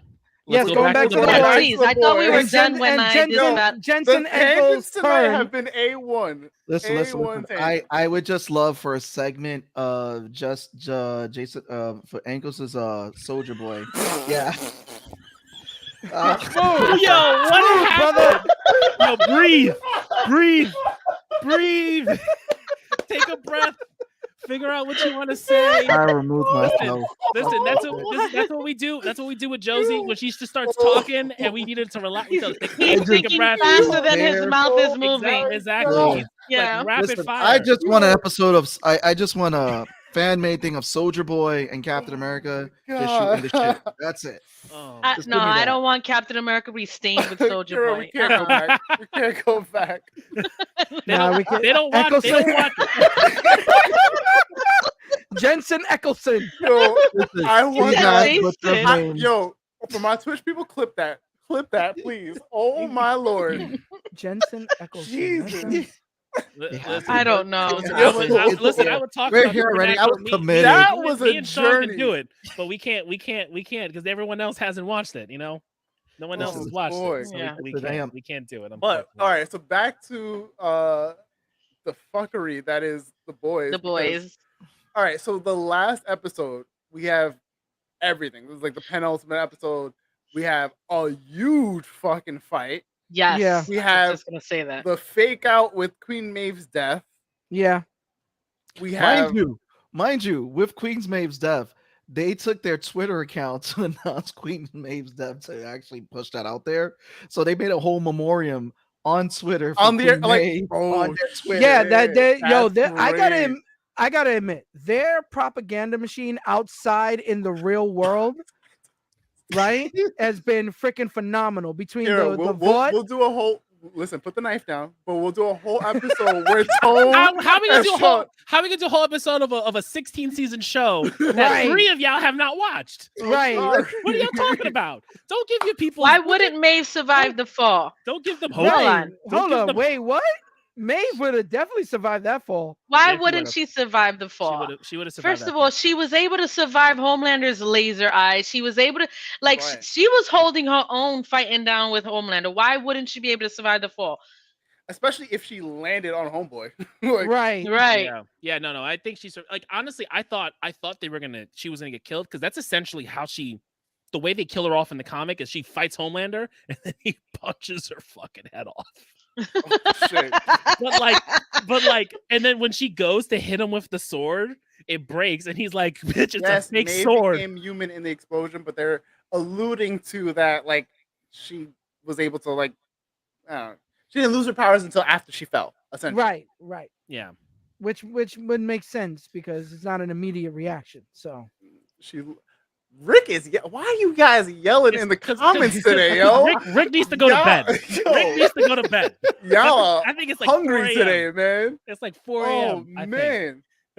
All right, so let's get back on so aside from Brave Maeve, right? Aside from Brave Maeve, listen, I'm here for the passion. I love you guys. I'm here for it. This is why I love you guys. Listen, I'm here for it. You know, you bring it. Brave Maeve, what you were saying? What I was saying is okay, let's get past the fact that Brave Maeve took the dive and fell and did the whole thing with Soldier Boy, and let's continue on. I will say though, the thing with Starlight when she got her Super Saiyan charge and then gets knocked the fuck out killed me. I was kind of like, what was all this? It was sewed for no reason, is what it was. Huey was like, I'm gonna either shoot up. Oh wait, no, I'm gonna supercharge my girl. And then she lifts up and does this thing. You're like, oh, she's about to go off, right? And then she doesn't. I was like, what was all this buildup for? Just skip this. We got you. We got you, Rick. We're just not acknowledging it. plot armor, man. I don't know why they didn't do it. It doesn't matter. She got her happy ending. Let's do it. She got her happy ending. That's it. Doesn't matter. I feel like the nerds over here are pulling off a Nick Fury here for Rick. They see the comments, but realizing it's a stupid ass comment, they're electing to ignore it. Listen, Rick, I'm gonna give Rick, we love you. Acknowledge me. Oh my god! I don't know what to say. I can't. This whole episode has been out of fucking control. I can't. Sorry. I can't make it make sense. I'll be honest. When I watched it, I thought she died, and then when she shows up outside the bathroom, I was like, that doesn't make sense. But I'll let it ride. Exactly. I'm gonna be like this, Rick. Seth Green is acknowledging you. Seth Rogen is acknowledging you right now. What's wrong with you? That's the scariest scene ever. Fucking Seth Rogen. Please remove that immediately. Yo, Seabass, we're gonna revoke so many privileges from you, bro. It's steady. Oh my god. Hey, steady. Yo, what up, bro? We're talking about how Brave Maeve got her happy ending. She got her happy ending. I think she deserved it after the torture that Homelander put her through. And I'll leave it at that. I mean, I wanted to ask what you guys thought about the kid, Homelander's kid, and him seeing his father kill someone, and then the little smirk at the end. I was upset at that a little bit. He wants to be loved, just like his dad. Yes. Yeah. Right, but Butcher pushed him. Like I want to punch Butcher in his face. That was Butcher's gamble. That was his gamble because he doesn't know how to show affection. Listen here, Cartman. Relax. Listen here, Cartman. I'm gonna need to calm down. You're already home. That's also true. So, Rick. I feel like with Brightburn 2.0, aka Ryan. Yeah. Oh, Brightburn. Okay. Yeah, essentially. So that's what we were theorizing earlier, is that he's going to be... I would hope so. I hope he's the one that takes him out. Think about it. He's been isolated most of his young life, right? Him going into this social atmosphere and seeing the adulation that his real father is getting. Yeah, he wants to be a part of that. He wants to enjoy that adulation. He wants to be there with his dad in the best part of, quote unquote, his life. I don't know what it would take for him to like go like out of the dark side, because he's basically gone full on like, indoctrinated to what his dad believes in and is doing. Reminding him of his mother will probably basically keep him on that. He's probably. I would like him to be the reason Homelander dies. I hope. So I'm honestly still with the idea that there is no happy ending for this. Like it has to be. No, there's no happy ending. They have showed time and time again that soups are assholes. There's no good people in the world, and things are just shitty. The one good thing for Ryan was Becca, and Becca's dead. There's that. And then this show is doing this thing with fathers and sons where like they just keep playing the same thing over, where Butcher realized he was doing it, and Soldier Boy realized he was doing it, and I think Ryan Milk. Huey, there's this whole thing of like Frenchie, Jesus Christ. These everybody has terrible dads figuring out the male figures in their life. Well, I think not that man. Huey didn't. He realized his dad was there for him, right? But like just this whole thing is going to keep happening. It's going to be this vicious cycle that keeps repeating itself. And I think Ryan's eventually going to see it when his dad is doing, because you also have to think too that in the eyes of Ryan, Homelander killed that guy because he attacked him and his father protected him. Not the idea that he killed him in cold blood. That's what Homelander did essentially. But Ryan doesn't think that. He's like, my dad protected me, and the only other person who protected me was my mom, because the other guy who I thought was going to be there for me pushed me away. Right. So once he starts, like, I think we've got two Chekhov's guns in this show. We've got Homelander destroying all of the United States, and we've got the tape getting leaked. People are thinking that once that tape gets leaked, that may change how Ryan sees his dad, because that's Homelander at his purest. Yeah. And he's not protecting anybody. He's just being an asshole. Right. Yeah. And I think that's what's going to happen for Ryan for that to click. Where his dad isn't protecting him or anything. He's just being who he is and using the guise of being the protective father. Now, what if there's a twist where he actually kills his son? I mean, that would be an interesting thing. I would think about that too. It's like him turning on his son. I don't know if that'll happen. I think that's probably the one thing that if his son turns on him and they go into this big fight. So if it became a thing where Homelander felt threatened, disrespected, or something of that kind of light, I think Homelander would. Like he wouldn't even blink. He wouldn't even blink. He'd do it, and then that would send Butcher over the edge. Because Butcher, as much as he pushed Ryan away, still loves that kid. Yeah. It's wild. Like it's gonna be like holy shit, but like all the shit we've seen, like fucking everything we've seen, that wouldn't be out of the question at this point. Yeah. Listen, they fucking killed senators or whoever just to get into fucking office. At this point, anybody and everything is fair game. Deep is a real bitch, man. I don't know what is wrong with him. I don't know if it's fucking first of all, let's go to A-Train. Fuck A-Train. Yo. All day, every day. Completely. The irony that he got Homeboy's heart in him so he can run, fucking hilarious. Because go fuck yourself. But fucking Deep is a piece of shit. Oh my god. I think that's I was waiting for his wife to fuck Homelander in front of him. I thought that was gonna happen. We thought that we was were gonna all happen. waiting we for all that. called it. We all thought he was getting cucked. Yeah. Instead, he's there with the freaking squids, bro. That's weird. But his ex-wife is gonna do the tell-all because she has her book. Yeah. Oh yeah. Yeah. She's gonna tell everyone that he fucks. All we could say that Deep is that's his meaning of calamari. That's just Anyway. Gosh, damn so much. Listen, we're completely judgmental. We don't like the king shame here, but fuck the Deep. So yep, it is what it is. Shit. No, I mean, whatever. He's doing whatever he's gonna do, man. I don't really care. You want to fuck a mollusk? Go fuck a mollusk, man. I mean, you do. I mean, you can talk to them. He has an affinity for like it's consensual. Yo, right? Oh my god! Oh I don't know. My god. Yo, I swear to God, I fucking love the comments. Listen, I'm in deep now with it. Thank you guys for the keeping us going. It's been hilarious. That's it. There's as long as they're consent. Agreed. That's it. Agreed. Even if it's fish or any type of sea creatures, and apparently the Deep, that's all he goes after. Wait. I love you, big. Oh, Gus, you can't miss some wild shit. Oh my god! Listen, the Deep. Listen, all I'm saying is the Deep is a number one every week. Because good God, the Deep just needs to have his in the show. The Deep just needs to have his own hentai manga, and it'll just be itself. No, he don't. No, he don't. It's just gonna be Yes, he do. Absolutely. Yes, he do. What I don't find put that hilarious fucking shit out there. is that the Deep was essentially useless in the comic. He did absolutely nothing. Yeah. Like he did nothing in the comic. I mean, he still is useless. He's supposed he's to be very he's useless. Supposed he's supposed to be the worst version of Aquaman. No, he is. But what I'm talking about is like they added him and like gave him storylines and gave him stuff. Where in the comic, like he shows up in the beginning. Wait, we're not breezing past that shit. Oh, Jesus Christ. Excuse me, bro. What is legal in Denmark? What? Sushi. Dog.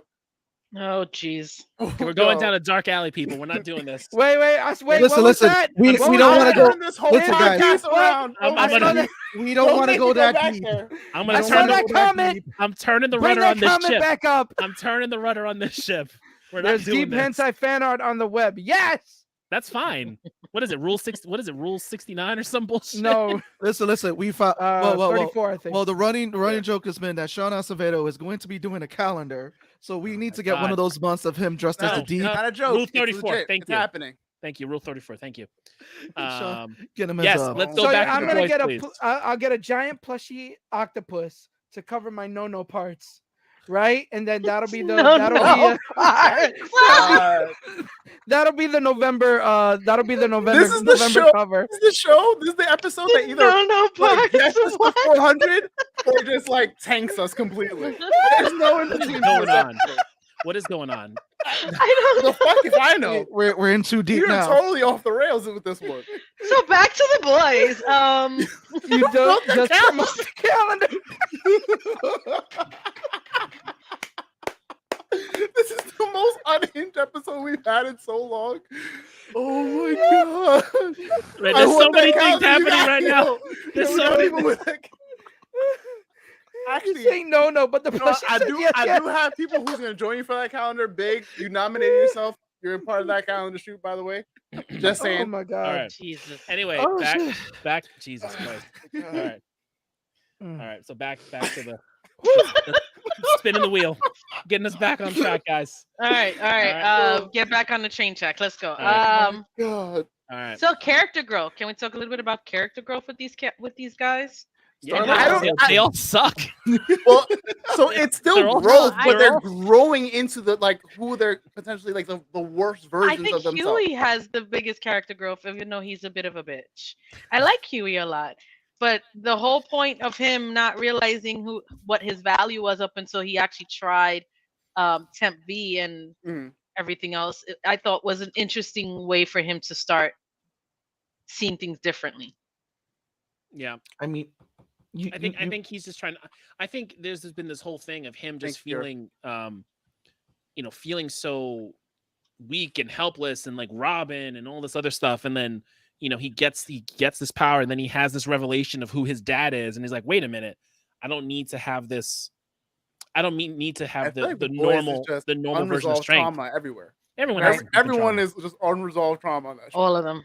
Yeah, all of them have traumas from their parents, from their upbringing. I didn't know Butcher's brother committed suicide. That was really sad. I had a feeling Didn't about they talk about it last season? So I don't know if they explicitly said it. No, they hinted at it, but they didn't say it. Okay, I knew about it, but I guess that's just because of but this time they really deeped in there. They show it. Yeah. No, I mean your heart breaks for Butcher. Like again, I also understand why Butcher's the way he is. I love what Yui said, where he was like, everyone deserves to be saved or some shit like that. Like even though like everyone's like, we're not saving Butcher. He's a piece of shit. Like he left either the second or third. I do like that for Yui, because I think that it does still show that at some point he's still going to be the core of this group. It also shows the fact that Huey's now starting to not take shit anymore.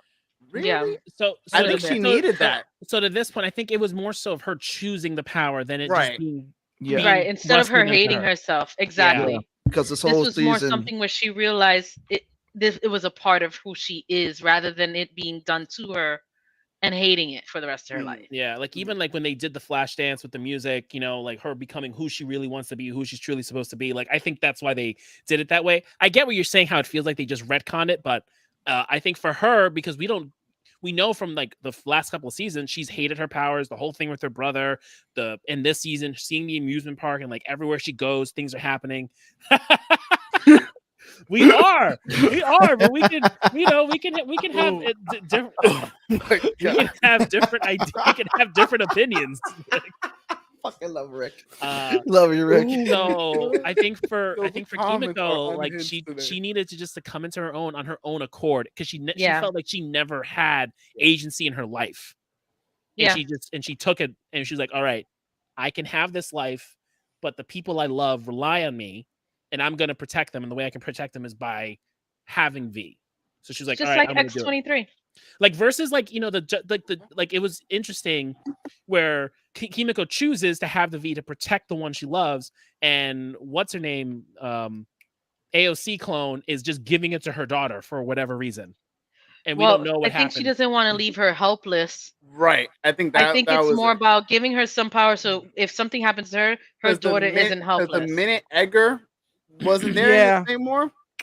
Right. She doesn't have that security anymore. So I think with that said, I'd love to see what her daughter's powers ended up being, because there's no way for them to really choose. You kind of get stuck with what you get stuck with, even if it's a shit power. But I'm interested in what they do, because I thought canonically, I think if they said you have to have it as an infant. Good night, Gus. Good night, Gus. First of all, I want to give a shout out to Half Acre Beer, because this was a really good one. You got to stop shouting out brands that aren't hooking us up. Can you start like? If you want to send me more, I will drink it on air. Like, hey, I do a great podcast with my homies. No, I'm gonna say right now, if you see me drinking it on air, send it to me. I'll drink it on air and promote the fuck out of you. That shit is good. So I have a question. Being the fact that we're talking about both episodes, how did you guys feel about the whole Black Noir comic cartoon part? You know, as a way of his mind coping. I thought it was. I was not a fan. I think it made him seem a little bit more weaker to me. Like Black Noir has been a very, for me, obviously with not having any of the comic book stuff, strong character, very silent, but the go-to guy to handle some shit if you needed to get done. And then for him to run away and then all of a sudden is imagining cartoons, it just didn't fit for me from what I know. What? All right. No. Okay. No, all right. versus steady. Let me not start steady. So, don't start with me, bro. So as I have the opposite opinion here, which is why we brought Val in, because usually me, Law, TVV. Let's go. Seabass tend to have the same fucking opinion. T versus V. Let's go. Yes. Right. That's why tiers. I usually sit in the being middle. problematic. Like I am now. I usually sit in the middle. I don't say problematic. That's all steady. That's his wheelhouse. So anyway, I like what they did with the cartoons and him seeing it, because it's how he deals with the trauma. Because again, this show's nothing but trauma. Everyone's got some fucking trauma. So he got the trauma of getting his ass handed to him by Soldier Boy, because he couldn't become Beverly Hills Cop. Clearly, Eddie Murphy needed to have that role, so I don't know what he was thinking he was gonna be able to do it, but it is what it is. And he, having his half of his brain come out, and then you have him trying to be a leader and betray Soldier Boy because of what he was trying to do, and he needed to cope with his own way. In the comics, he's just a psychopath. Like, that's literally all he is. He's the deterrent to Homelander, and he has to keep all these repressed thoughts in him. And then that's why he rapes Becca, and he eats kids, and he does all these crazy things. Yes. Yeah. Eats kids. Yes. Yeah. Yep. He's a psychopath because he can't do anything, because all he's allowed to do is be the determined for Homelander. But Homelander never does anything for him to be that. And so who he's supposed to be explodes, and he does crazy ass shit. So in the comic, when it came out, it was a cool reveal when you find out of who he is, but they weren't going to do that here. We knew the actor was African-American, so we knew we weren't doing that whole clone thing. So he had to have his own ordeal. And you get why he's so peaceful in times, but also so rough in the way he deals with things, because he's more graphic in how he kills people. Right. I think he's more like, get shit done. This is why you send Noir. Just he doesn't speak. Yeah. But like, I think they had to do something, and they were tying Soldier Boy to everybody. So I enjoy that. That's how he deals with his trauma, because those are the people he has a relationship with, are his imaginary what was that that internet show with the animals? Happy Tree Friends. Yeah. It was he had his Happy Tree Friends. Yeah. It kind of, because if you think about it, he was after everything that went down in Colombia, he actually, like, you can see he lost half his brain. Venezuela, Colombia, in South and Central America. We'll leave that. Just get your point. Just go there. We saw he loses like half of his brain. I mean, it might have been his way to deal with his trauma. It's creating this.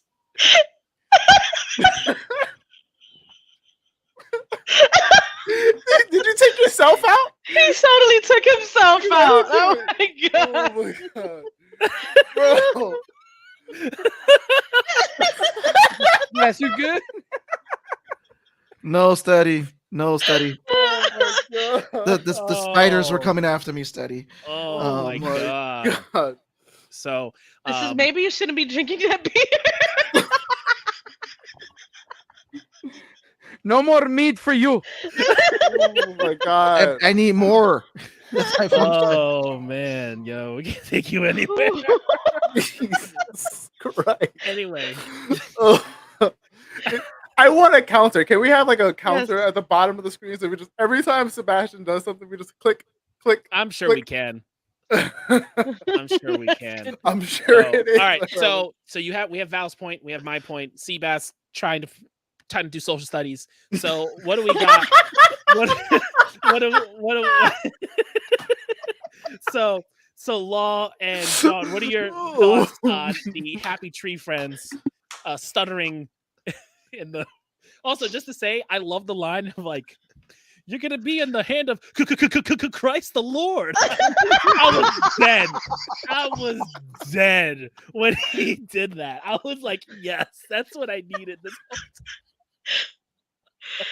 Oh my god, man. That was funny. That was funny. Oh my god, I'm trying to breathe over here. Fucking get my breath. All right, so yeah, you guys go. Come on.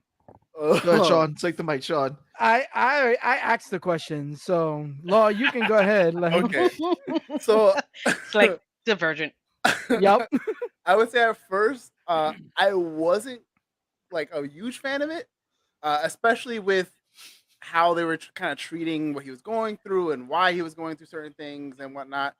But as an overall like kind of story arc kind of thing, it makes sense. It works. Did I like it and love it? No.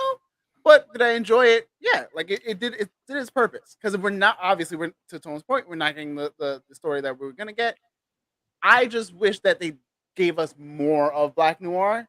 So that's my biggest gripe with all of it. So like all the stuff, like that's his way of coping. Let your man's go. Cartoons, go for it, bro. But killing him off, fuck. Like, come on, man. Do you guys think he's really dead? Yeah. Yeah. I mean, his entrails are on the floor. I mean, if they can bring so there is technology to bring. Your boy became Krillin. What the fuck are we talking about? There's technology to bring soups back. But before we get into that, the thing is he survived half his brain out. Like I mean, thank you, Sean. I know. Again, there's technology, but what I want to ask is that because we're talking about the Happy Tree Friends, is do you feel that if they still were going to kill him, would you have felt more for him if you didn't have it? Because I felt more for Black Noir because we finally got his story, even though it was within 2 episodes, because of the animatics. Because if we didn't have it, because who else was going to tell? I did not say that. Well, study. Why? Don't mess with me, bro. Don't mess with me, bro. I told you we'll fight. So, question is, without the Tree Friends, do you feel like his death wouldn't have been as meaningful? It just would have been like, all right, what the fuck was that? I guess that's a good point. I think it did give it more meaning because you feel from throughout the entire like season, especially once we get everything he was going through on the previous mission with him, with Soldier Boy and whatnot. But yeah, I think like without that kind of context, like him just going to his happy place and having that sit down meal by himself, taking out the chip and like just having that panic attack of just like, oh shit, like we gotta go. We gotta fucking kill Soldier Boy, like Homeland, like the whole fucking season of him was amazing. And I think how they represented like his trauma worked. Everyone had fucking like shit they had to deal with fucking this season. We got cartoons in it. I'm here for it. I'm not mad at the cartoons. However, I just felt like from what I've known and what they've built on Noir, strong, silent. He's the guy you call to get something done. Like it's not. I wouldn't imagine him to start thinking of cartoons and squirrels. It's just weird. Well, and I thought he's the strong, silent type. Who knows what's going on up there? Right. So here's the thing. I feel like I'm glad they showed us the flashback first, and the aftermath of Payback, and what their they do. What happened to each one of those members, particularly Black Noir at the time. You literally see his brain out of his freaking skull. Yeah. Right. That gives you a context to one, why he's always silent, right? And two, why he barely functions and he just has a straightforward silent type 1, 2, 3 function, right? You notice the wheels starting to unravel when he finds out the Soldier Boy's alive, right? Because that's when everything's starting to click for him, and he's starting to remember. The one who put him there. Right. So that's when he started getting, and when he went to the amusement park, that to me was his place of good point. Yeah, his place of zen, his place of moment where it's like, okay, I need to piece this together. My brain is missing. How can I piece this together? Oh yeah, everything around me, which was a cartoon, it can be manifested just to help me remember. Because if you go inside, you notice that everything on the wall was the cartoons that he was looking at. Yeah. Right? Because to him, that was his happy place. Right? So I can understand why he got the cartoons to look like a Chuck E. Cheese type status, and everything like that. I do feel that should have happened like an episode earlier, so that it gives like towards episode 6, so that we have a good episode for him to ponder and literally contemplate his way of trying to either kill Soldier Boy or kill Homelander, because he already knew that Homelander was his son, right? Yeah. I felt like there should have been more reflection upon that in one episode, and then in episode 8, he basically lets Homelander kill him. So I got a question. So this season I felt like it was the deconstruction and fall of the 7. So where do we go with the team 7 now when it's just Homelander and the Deep? And A-Train. And A-Train. A-Train, yeah. Well, it's just Homelander because the Deep and A-Train ain't worth shit anyway. Yeah. I think it's gonna have to do with him. I think it's gonna build up on that coup thing. I think that's what we're gonna do. We're just gonna get a bunch of. I think he's gonna get a bunch of solo. Like I don't need like the 7. He's gonna literally just probably out and say like the 7's no more. It's just me now. Like I am Vought. I am the hero, the pen all be all. King Narcissus is gonna shine much lighter than anything. Yep. Yeah. Oh, Homelander. Yeah. So but I mean, I feel like with everything going on, especially after A-Train got his ass verbally handed to him by this chick, right? That it's not just that, he also got handed to him verbally by his brother. Yeah, because basically he's basically a hypocrite and a piece of shit. Completely. Yeah, but I mean, that's always when it comes to that's what those are trying to show too, is when you have people in power who's like, you don't care about anyone until it happens to you, and people and you're in this show, you're seeing them get called out for it and be like, you didn't give a shit. Rick, so fuck off. Right. So now that basically now that it happened to one of your people, now you give a shit. But when you ran over that fucking girl and put her into a million pieces, you didn't give a shit then. Sure didn't. Chop cheese. High as a kite. High as a kite on V. But I do believe that if they do go with the coup and they do go with the Homelander taking over, A-Train and the Deep will stupidly join him as his right and left hand man. You do. Yeah. Of course, because he's the only link to some kind of what they have as power. That's all they got is Homelander to acknowledge them, and so they are going to follow him like puppets. How about when What's-Her-Face got torn up by Homelander? He told her to take off the wig. Bro, Ashley, I felt for her, but I also felt like, nah, fuck her. Good her. She's a she turned into like everything that she's been like. She turned into what's her name from season 1? Yeah. Well, I mean, more scared though, because she's more scared, definitely more scared. But in her way towards other people, she's acting like Elizabeth Shue's character. Yeah, but at least, that also explains why she erased Maeve. Queen Maeve's footage of her being alive, because now this is her way of fighting back. Redemption. Because she knows she can't fight back directly. So now, because she got fucked over and because she was made to feel like a fucking feel like a lesser than, she's gonna start going from behind the scenes to start fucking over with the Homelander and them. I wouldn't be surprised if she does some other shit. If she's the next, she might be their next maid. Yeah. She might be their next maid. Maybe. But maybe. Well, no, not to the extent, because she's still pussy. She's still scared. But I mean, I'm sure she's probably going to do it in her way. Fucking butcher, because that came out of nowhere. Right. Yeah. Definitely not. Definitely not. Yeah, she's no Stan Edgar. Definitely not. But yeah, what we got next week on the docket? We got a free fall next week. Yeah, it's definitely. We had a guest and a free for all. Did you guys Did you guys do Thor: Love and Thunder yet? Yeah, we did that last week. Oh, damn. Go back and watch our last week's episode. I was dealing with my grandmother, so my apologies. Sorry. No worries. What did you think? Oh, who, me? Yeah. Like, same. Like, is that good? I don't know. I don't know how to read that. It's an okay movie. There were parts that I really enjoyed, and there were parts that I was like, "What the fuck?" Right? Okay. Overall, it was a good movie. I gave it a 7 out of 10, 6 out of 10, anywhere in that range. It's a very mid movie. It's a mid movie. I felt like it was too short. Yup. Exactly what we said. I felt like it was way too short. I feel like, you need more God. I needed more God Butcher. I'm sorry. I needed That's more exactly God what Butcher we said. killing God. That's it. We said the exact same thing. I need the scene of him. If I'm gonna get one extra scene of gore, it's him cutting Sif's arm off. I need to see it. So it could go to Valhalla. Yeah. Yeah. The greatest of making it a comedy and still raging over that fact. Yeah, I was fuming last. It became a rom-com. That's what Thor Love and I Thunder wouldn't was. call it a rom-com because what rom did you see really? So literally, there's an interview where Taika says, "Yeah, it feels like a rom-com." And the rom-com is literally Thor and Thor. Like that's the whole thing. It's literally the mighty Thor and Thor. It's Stormbreaker and Mjolnir. That's the wrong. It's the second best Thor movie. Second best. Yeah, because Ragnarok's the best one. This is second.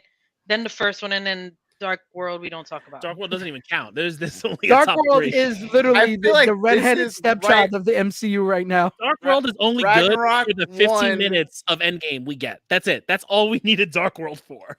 I rank it 3-1-4-2. You like 1 better than 4? Yeah. Interesting. I wouldn't agree. I haven't seen 1 in a long time. I liked 1. Blonde eyelashes Thor. Yeah. Blonde lashes, brows, and all. It was crazy. I would have to say 3-4-1-2 as well. I'm going with 3. Rick, I'm Yo, Rick is just here to just stir the pot tonight, man. Yeah, he is. Yeah, I gotta go with Ragnarok. This one, the first one, and then Dark World was last for me because Dark World, I don't know, they just didn't hit anything with me with Dark World. But I feel like they found their footing with Thor Ragnarok, but this one felt too much. It focused too much on the comedy in Love and Thunder, and there were elements of the story that was supposed to be there. They ended up taking out. Plus, there's 3 deleted scenes that they've confirmed that 3 people's scenes were deleted, so we would have got probably more gore. Steady's putting batteries in people's backs for no reason. Oh my god! But yeah, Thor was good. I kind of enjoyed it. Why? You need to defend yourself, sir. I don't care if you can't speak. You got to type. You got to say something. 2, 3, 1, 4. Did he just say Dark World is the better one? How is Dark World better than How is Dark Listen, let's forgive Charlie. He's sick. He's under the weather right now. Disturbed. He meant to type 3. No. He meant to type 3, but hit 2. Please stop. I love the Steady guy. He knows this. Please stop. Dark work. Sure. You need to explain how Dark World is the best one. He's joking. Clearly. He's clearly joking. I would hope. I would hope. He you know what he did? He liked all those dark palettes in the movie. You know, he liked the dark and the sequoias. You know, the cinematography. I would hope in that. That's your man's right there. So you got to, you got. Yeah, you got to change the defend. He's defending it. It's underrated. How more depth story that it's overlooked. Really? I think you need to go rewatch it and really look at it again because I don't think lie you saw down the same movie. I think your cold is affecting you. Yeah, I think the sickness or whatever. I would hope so. I would hope so. I don't know. I don't know how to take you serious because the only way you could take him seriously is if he was on here, and even then, you can't. You would have to take us to church first. Yeah. Pastor Williams, we miss you. We do. We miss your sermons. Yes. We miss your geekdoms. T's and P's. Hallelujah. I don't know the art in filming. I don't. Can we please stop giving life to these Thor Dark World things? It needs to die. Okay? Why? You just made Charles. You just made Charles do 2 things now. Now he's gonna say makes Dark World great again, and now this is consistent with the make Yamcha great again. Oh no! With the make Yamcha great again. God damn it! Absolutely not. I'm not feeding into this. It's still better than a DC movie. That's a fact. Better than Shazam. So okay, listen. Okay, now we're doing this. No. Can we talk next week? Can we talk about what we've been watching? There are what we've some been up DC to? movies better than Dark World, and that's how I'm going to end that. Okay. Wait, no. First of all, I wasn't about to say Dark World, but I thought we were talking about Love and Thunder. No, well, yeah, Love and Thunder is good, but we're talking about Dark World. Uh, Anyway, okay, well, go ahead. So, God damn it. What are we watching? What have we been up to? What have you been watching? I think that's going to be what's up for next week. So everyone, take notes of what you've been watching, anime wise, show wise, pleasures. I'd like to ask the viewers what are some of the things they want us to talk about, or what have they been watching? What is something they want to see us talk about? Yeah. So if there's anything anime wise, just random show, video games. Do you guys do sci-fi? If you guys have Xbox, do you guys watch sci-fi? Power Wash Simulator. Sci-Fi channel? No, do you watch sci-fi in general? Because I would suggest I would suggest a show called The Orville. Oh, I've heard of it. No, the Seth the Seth MacFarlane. Yeah, that's on Hulu. Yep, I would suggest watching that. Yeah. Is it still a comedy, or did they change the route? Oh, they changed the route completely. Like the first few episodes started as a comedy, but after Seth MacFarlane really started getting into the groove of the show, he started tackling a lot of these real big issues that normally would be attacked in Star Trek itself. So, I think it's doing pretty well. They're about to do episode 8 soon. I enjoy it personally. So, yeah, see? Okay. I got to Overlord is out. Overlord is out. Black Clover. You mean the movie? Because if the movie's coming out tomorrow, I would be fucking hyped. Don't play with my emotions. I've been watching the new. I just watched that new Trek show. Just started the first 2 episodes. Oh, Strange New Worlds. Yeah, it's pretty good. It's pretty good. Definitely I may start checking that out, and I may be jumping onto Evil on Paramount Plus because I heard that's really good. That's not the Mike Coulter one, right? Yeah, it is. Oh, it is. Okay. You know what show that we've been recommended that we have to watch? See. Yes. We gotta watch C. Yes. That's the Jason. Is that the Jason Momoa one? Yeah. Yeah. Oh, okay. Oh, yeah, so I heard it was good. Did you see? Oh my God, I can't. I love your face, Val. No, I mean, everybody's talking about other new shows. I appreciate you bringing that up, Seabass. I really do. I just finished watching Resident Evil. I heard it's awful. What is going on with Resident Evil? It's a mix because you get Wesker, but you don't get Wesker. So it's a mixed bag in general. If I could give, if you can indulge me, go for it. I will indulge you. Yeah, one of my reviews, I only got to episode 2, and that was it. So I hate drags the main character. Along. It drags along. Like if you watch it to the end, right? It gets a little better, right? So my issue is the fact that they acknowledge the games while creating its own story. Yeah. Right. So is it a side story or no? It's its own original story that literally has elements of, I would say, elements of the Wesker results. Okay. From so the video games. What you're telling me is don't watch it. If you're not a fan of Resident Evil, and if you're not a fan of Resident Evil Easter eggs, then don't watch it. If you like Resident Evil Easter eggs, and if you like Resident Evil things like how is Lance Reddick as Wesker? I like Lance Reddick, the actor. Yeah, okay. Yeah, me too. I love Lance Reddick. So this is what happens with Lance Reddick. He's playing. I mean, if anybody wants me to spoil it, I mean, I can. But he's playing Wesker. But like we all know, he's playing a different version of Wesker. But we get Wesker, but we don't get Wesker. Oh yeah, no, and the OG Wesker does show up as Lance Reddick, looking like Blade from 2025. Yeah, he did. He definitely did. Okay. You look up the picture of Lance Reddick as OG Wesker, right? And you'll understand what I'm talking about. Probably not going to give it that much energy. Tony, you gonna pull it up for us? I got you. Oh, you got it. You got it, Tone. I was looking for it. Now. Let me see if I can find the right one. You said just look up OG Wesker. Lance Reddick, OG Wesker. All right. Here we go. You look like a tired broken boy. Yo, that wig he had on was horrible. Wait, he's got the golden wig? No, he has a fucking flat top. Kira, you're a better person than me because I can't do it.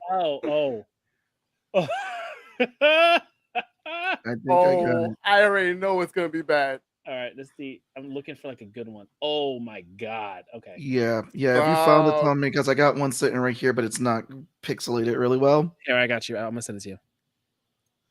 I'm telling you, but overall, the show did have some good. Sure. The show it had good elements. Yes, it had good elements. The ending had a good cliffhanger. So you telling me it was bad and you still watched all of it? Yeah, listen, I want to watch a show through and through. I want to watch a show. You watched all of it? I haven't finished it. No. I've seen some of it. To be fair, Seabass watches bad shows for the sake of watching a bad show. Seabass, are you doing it or you want me to do it? Yeah, I'm sharing it right now. I got it.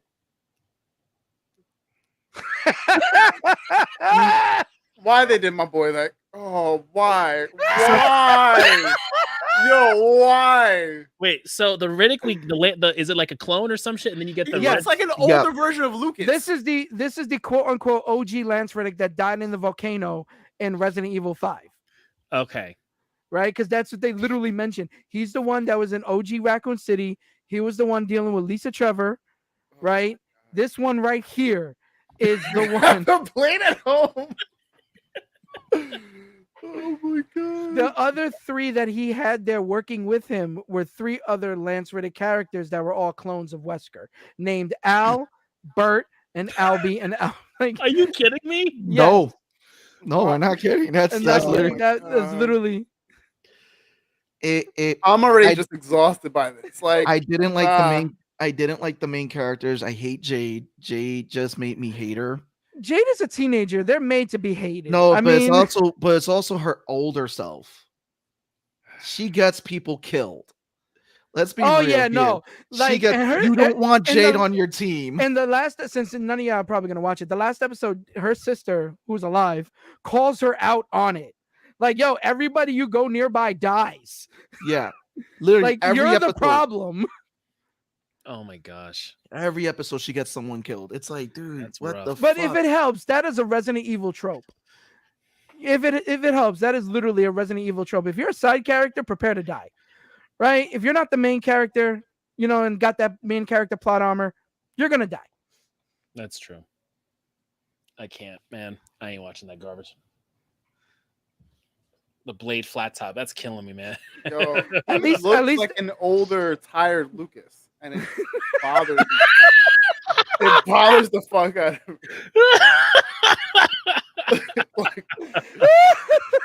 Lucas growing up, man, being a black nerd is hard in the 80s. Oh my god. Let's go back. Let's look. There you go. Oh my god. So like we do realize that Netflix wants to do a Yu Hakusho live action. Like we heard the news. Netflix is good with original series. I'm gonna say this out right now. They're not good at making shows that are based on other stuff. Just stick with original series. This is just it probably would have worked as an original show. Just take away the Resident Evil name. I just no. I just think Netflix is trying to do. I just feel like Netflix is doing what Amazon does, where Amazon just makes whatever. But like Netflix doesn't have Amazon money. Not anymore. Not anymore. Especially now that they're gonna charge people for passwords. They're gonna charge people for passwords, and they're starting to oh my god! Wait, why are they charging people for passwords? So they're also trying to do ads now. Ads through Microsoft or something. Yeah. Like so the reason why they're doing the charging of the passwords is I think it's a system where like if you go into like 2 to 3 separate IPs, right, using the same password, they're gonna start charging you in an effort to stop the password sharing that Netflix. But they already do that with their premium version, where it's like in order for you to watch 2 streams at more than 2 streams at the same time, you have to pay extra for that. So it's already being done. Yeah, this but is just overkill now. Yeah, but now they're gonna lose. Yeah, no, like I said, this is overkill now, and they're also talking about coming out with a cheaper version with ads on it. But the whole thing is that like you pay for the service.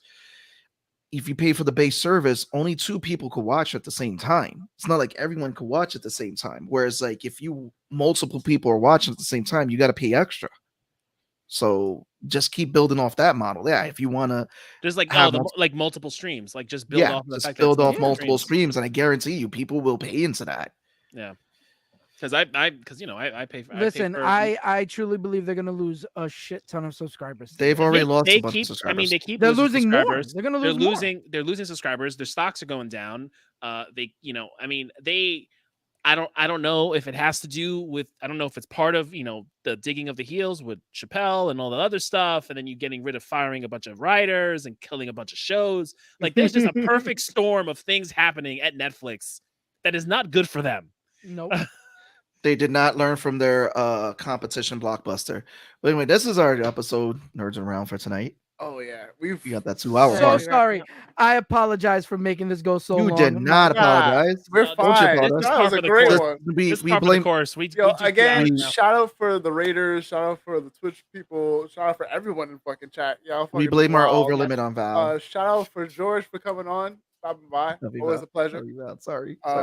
It's been a great. You can blame me for everything. Sean, thank you for stopping by. Always a pleasure, sir. No, always a pleasure. Always an honor. Just So if you guys have not seen Sean Acevedo, make sure you catch him on Geektopians over there, also at Sketchfed.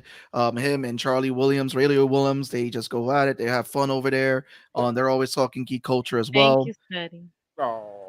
We love all you guys for tuning in. Thank you for joining us tonight. Love you guys. We will see you next week, same time, Tuesday. Make sure you're subscribing to the YouTube channel. Get us to 300. If you want to see us again, you got to come up to Pong Show on Friday. That'll be a late night. Yes. The Mighty Pong. Mighty Pong. We'll be on the Sin Shop. I don't know what we're voting. The Sin Shop live on Twitch, 10:30 Eastern Standard. And the Patreon link is there for the voting. Again, it's open for choosing what character I draw on Pong's show. Val will be putting together R2D2. I will be drawing the character that you guys voted for.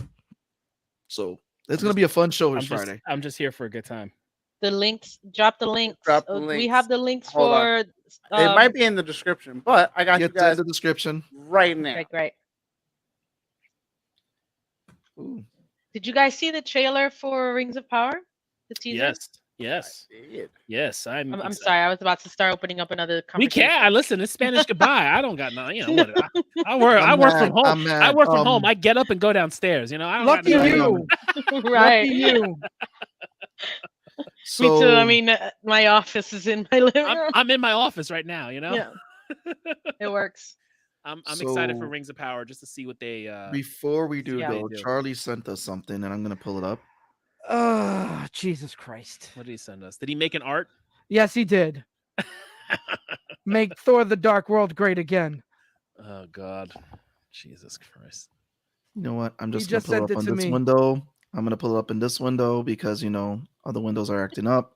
I'm not trying to look for it. The homie. I love you. I fucking love you. 5 away from 300, people. Yeah, thank you, Big. Oh, so close. So, Charlie Williams, we want to thank you for this. Oh my God. Even in spirit, this mofo's doing this. And done. Oh my God. Hey, Rings of Power. We're going to talk about that later. We're not. No. I hate you. No. What is this? Why are we? What is this? Remove that. So yes, I'm excited for Rings of Power. Why do you hate it already? Yeah, like what? Rick is my new bestie. Oh my God. How do you hate Rings of Power already? It hasn't even come out yet. You haven't seen it yet. It was just a teaser. It's literally about the Second Age. Like what? You read the Silmarillion and that's it. That's all we get from the Second Age. Apparently, it's not based on any of that. Well, it has some. Rick is ready. Rick is ready to bring the chaos. But they don't have all the rights to it or something like that. Okay. Well, look. I can be honest. I'm not a Tolkien encyclopedia, so I can only go based off so much. I just know it's based off the Second Age and all that other fun stuff. So I'm excited just to get a little bit. I don't care. Lord of the Rings story. That world. I'm for it. That the whole universe. I'm for it, and I want to see it. I just want content. But this has been another fun episode of Nerds and Rounds, guys. You kicking us off? I'm kicking you fucking off. That's it. We're doing this Puerto Rican goodbye. Jesus Christ. Okay. We're stuck here now. My fingers off of it. There you go. No, it's off of it. That's it. No, we're stuck. We're stuck here now. Okay. What I was saying is that we're doing Ring of Power, but also, I'm excited for Blood of the Dragon. That's what I'm. Ooh, yes. That's what I'm excited for. Also, to make sure, guys, that you are bombarding Tony by midnight tonight. Yes. It's I was Tone's just birthday tomorrow. writing that in the Yes. comments. I was going to say, you guys have to wish Tone a very happy early birthday. His birthday is tomorrow. Indeed. Big 33. Yes, 33. Well, enjoy. Happy birthday. Yes, sir. Yep. So, Alrighty. all right. Beer and All wings. right, we'll go. Now we can go. Thank you. We'll go. We'll talk on Friday. We'll talk on Like- Friday. We'll talk next Tuesday about whatever that comes to mind. Yeah, that's it. That's it. It'll be a free for all and all that. Play the oldest I play the oldest character in our fucking campaign. But I'm one of the youngest players. Yep. That's it. It's hump day. Oh, There time you to go. Yep. Anyway, Puerto Rican, goodbye again. This has been your boy Sebastian. It's your boy Law. And your boy Tone from across the hall. Last With but not least, Vmac. Thank you let's guys. go. And Good Sean night. Luke in the Sean building. Thank you so much for having me, guys. I love it every time. Love you, Thank brother. you. Take it easy, guys. Later, Beer, everybody. grits, pizza. Later.